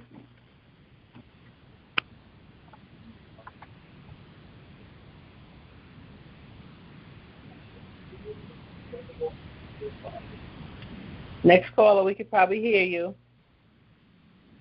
So we're just going to take a few more, guys, because it is past the bewitching hour, and we know we have to go. Those who have to go to work, we want both eyes open. We want you in there on time. You might need a little coffee tomorrow. All right, next caller, please. Let's move it along. Let's move this line along. Thank you, guys. Thank you, my guest. Andrea, you still there? You awake? Uh-oh. Oh, I'm Hi, still Anthony, here. I'm still alive and well. Great. Anthony, you're up next. You just need to unmute yourself if you can hear us. Star Anthony, 6 to unmute. Yeah. I sorry, I'm here. I didn't actually have a question. I don't know how my phone. I had it in my pocket, and then out of nowhere on my earbud, I heard it say, "You can ask your question next," and I'm like, "What?" Oh, probably that's what happened with Jennifer. Yeah, I don't know how it happened. That was really weird. But anyways, no, I didn't have a question. I love listening to you guys. I have anything to say at this point right now, but I will say hi to y'all. And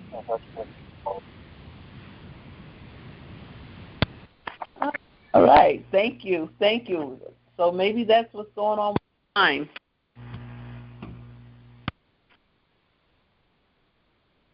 You have another question waiting, GoGi. Okay. Hi, how are you? We're here. We can hear you. Hi, GoGi. This is Manny from Los Angeles. Hi, Manny. How are you? Good. I called in about 3 weeks ago regarding my lease situation where my landlord had on my lease saying that someone had said something about me. They finally, for almost 2 months, they had my lease, and they gave me a letter yesterday saying that I have 3 days to perform or quit. And when I called them to ask what do I have to perform, they said nothing. I said, okay, why am I getting this letter? They said it's a warning that, so basically they're tagging me a racist, that someone said I said something racist to them, like one of the perps. I'm very confused. I don't know what to do at this point. It's a big lie. I never have altercation with anybody. I think they've tried to see if they can evict me without no cause. But at this point, they've called a lawyer and checked the camera and seen that there's nothing they can do. They end up giving me 3 days to perform, and they claim it's just a warning. So I feel really violated. They're saying that I cannot say anything to anybody, even the perps that is coming around, stalking me around. They said I cannot say anything to them. I cannot say anything in the area, not only in my building, not even in the area. So it seems like they're trying to keep me quiet, not to say anything about this gang stalking. You know.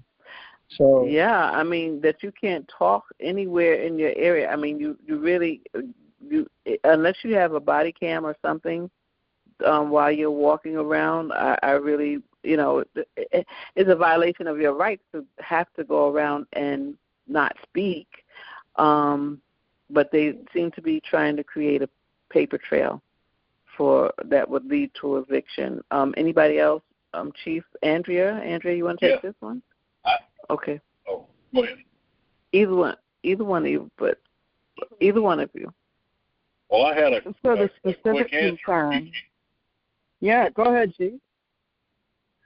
Oh, I was just going to say you can file an affidavit of rebuttal.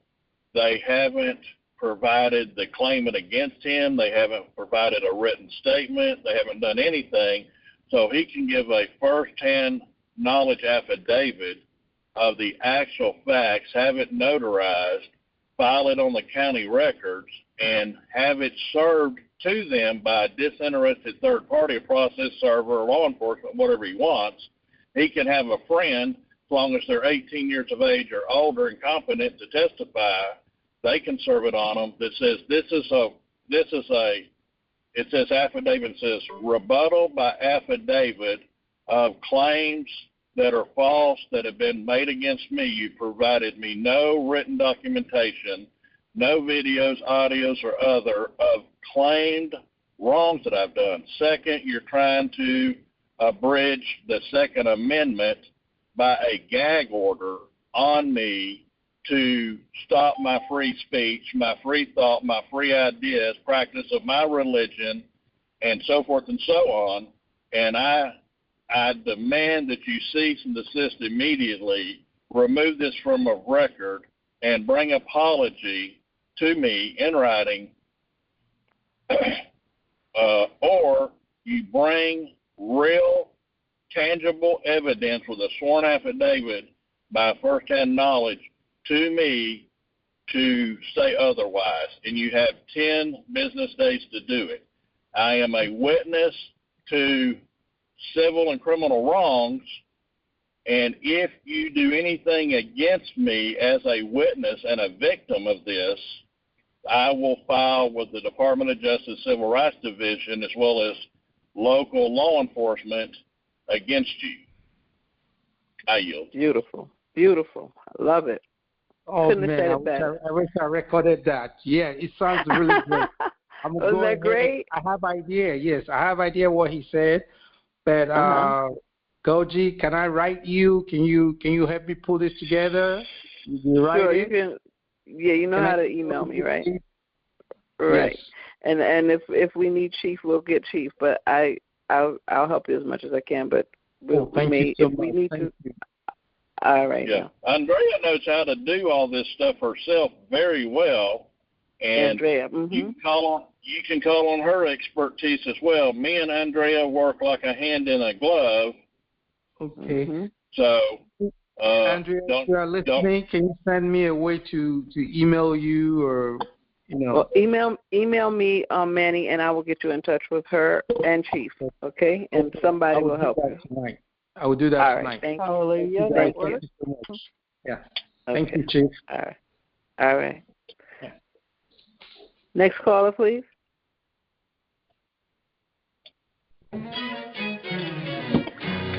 All right, we clear. cleared the line, guys. We cleared the line. Thank you, my guests.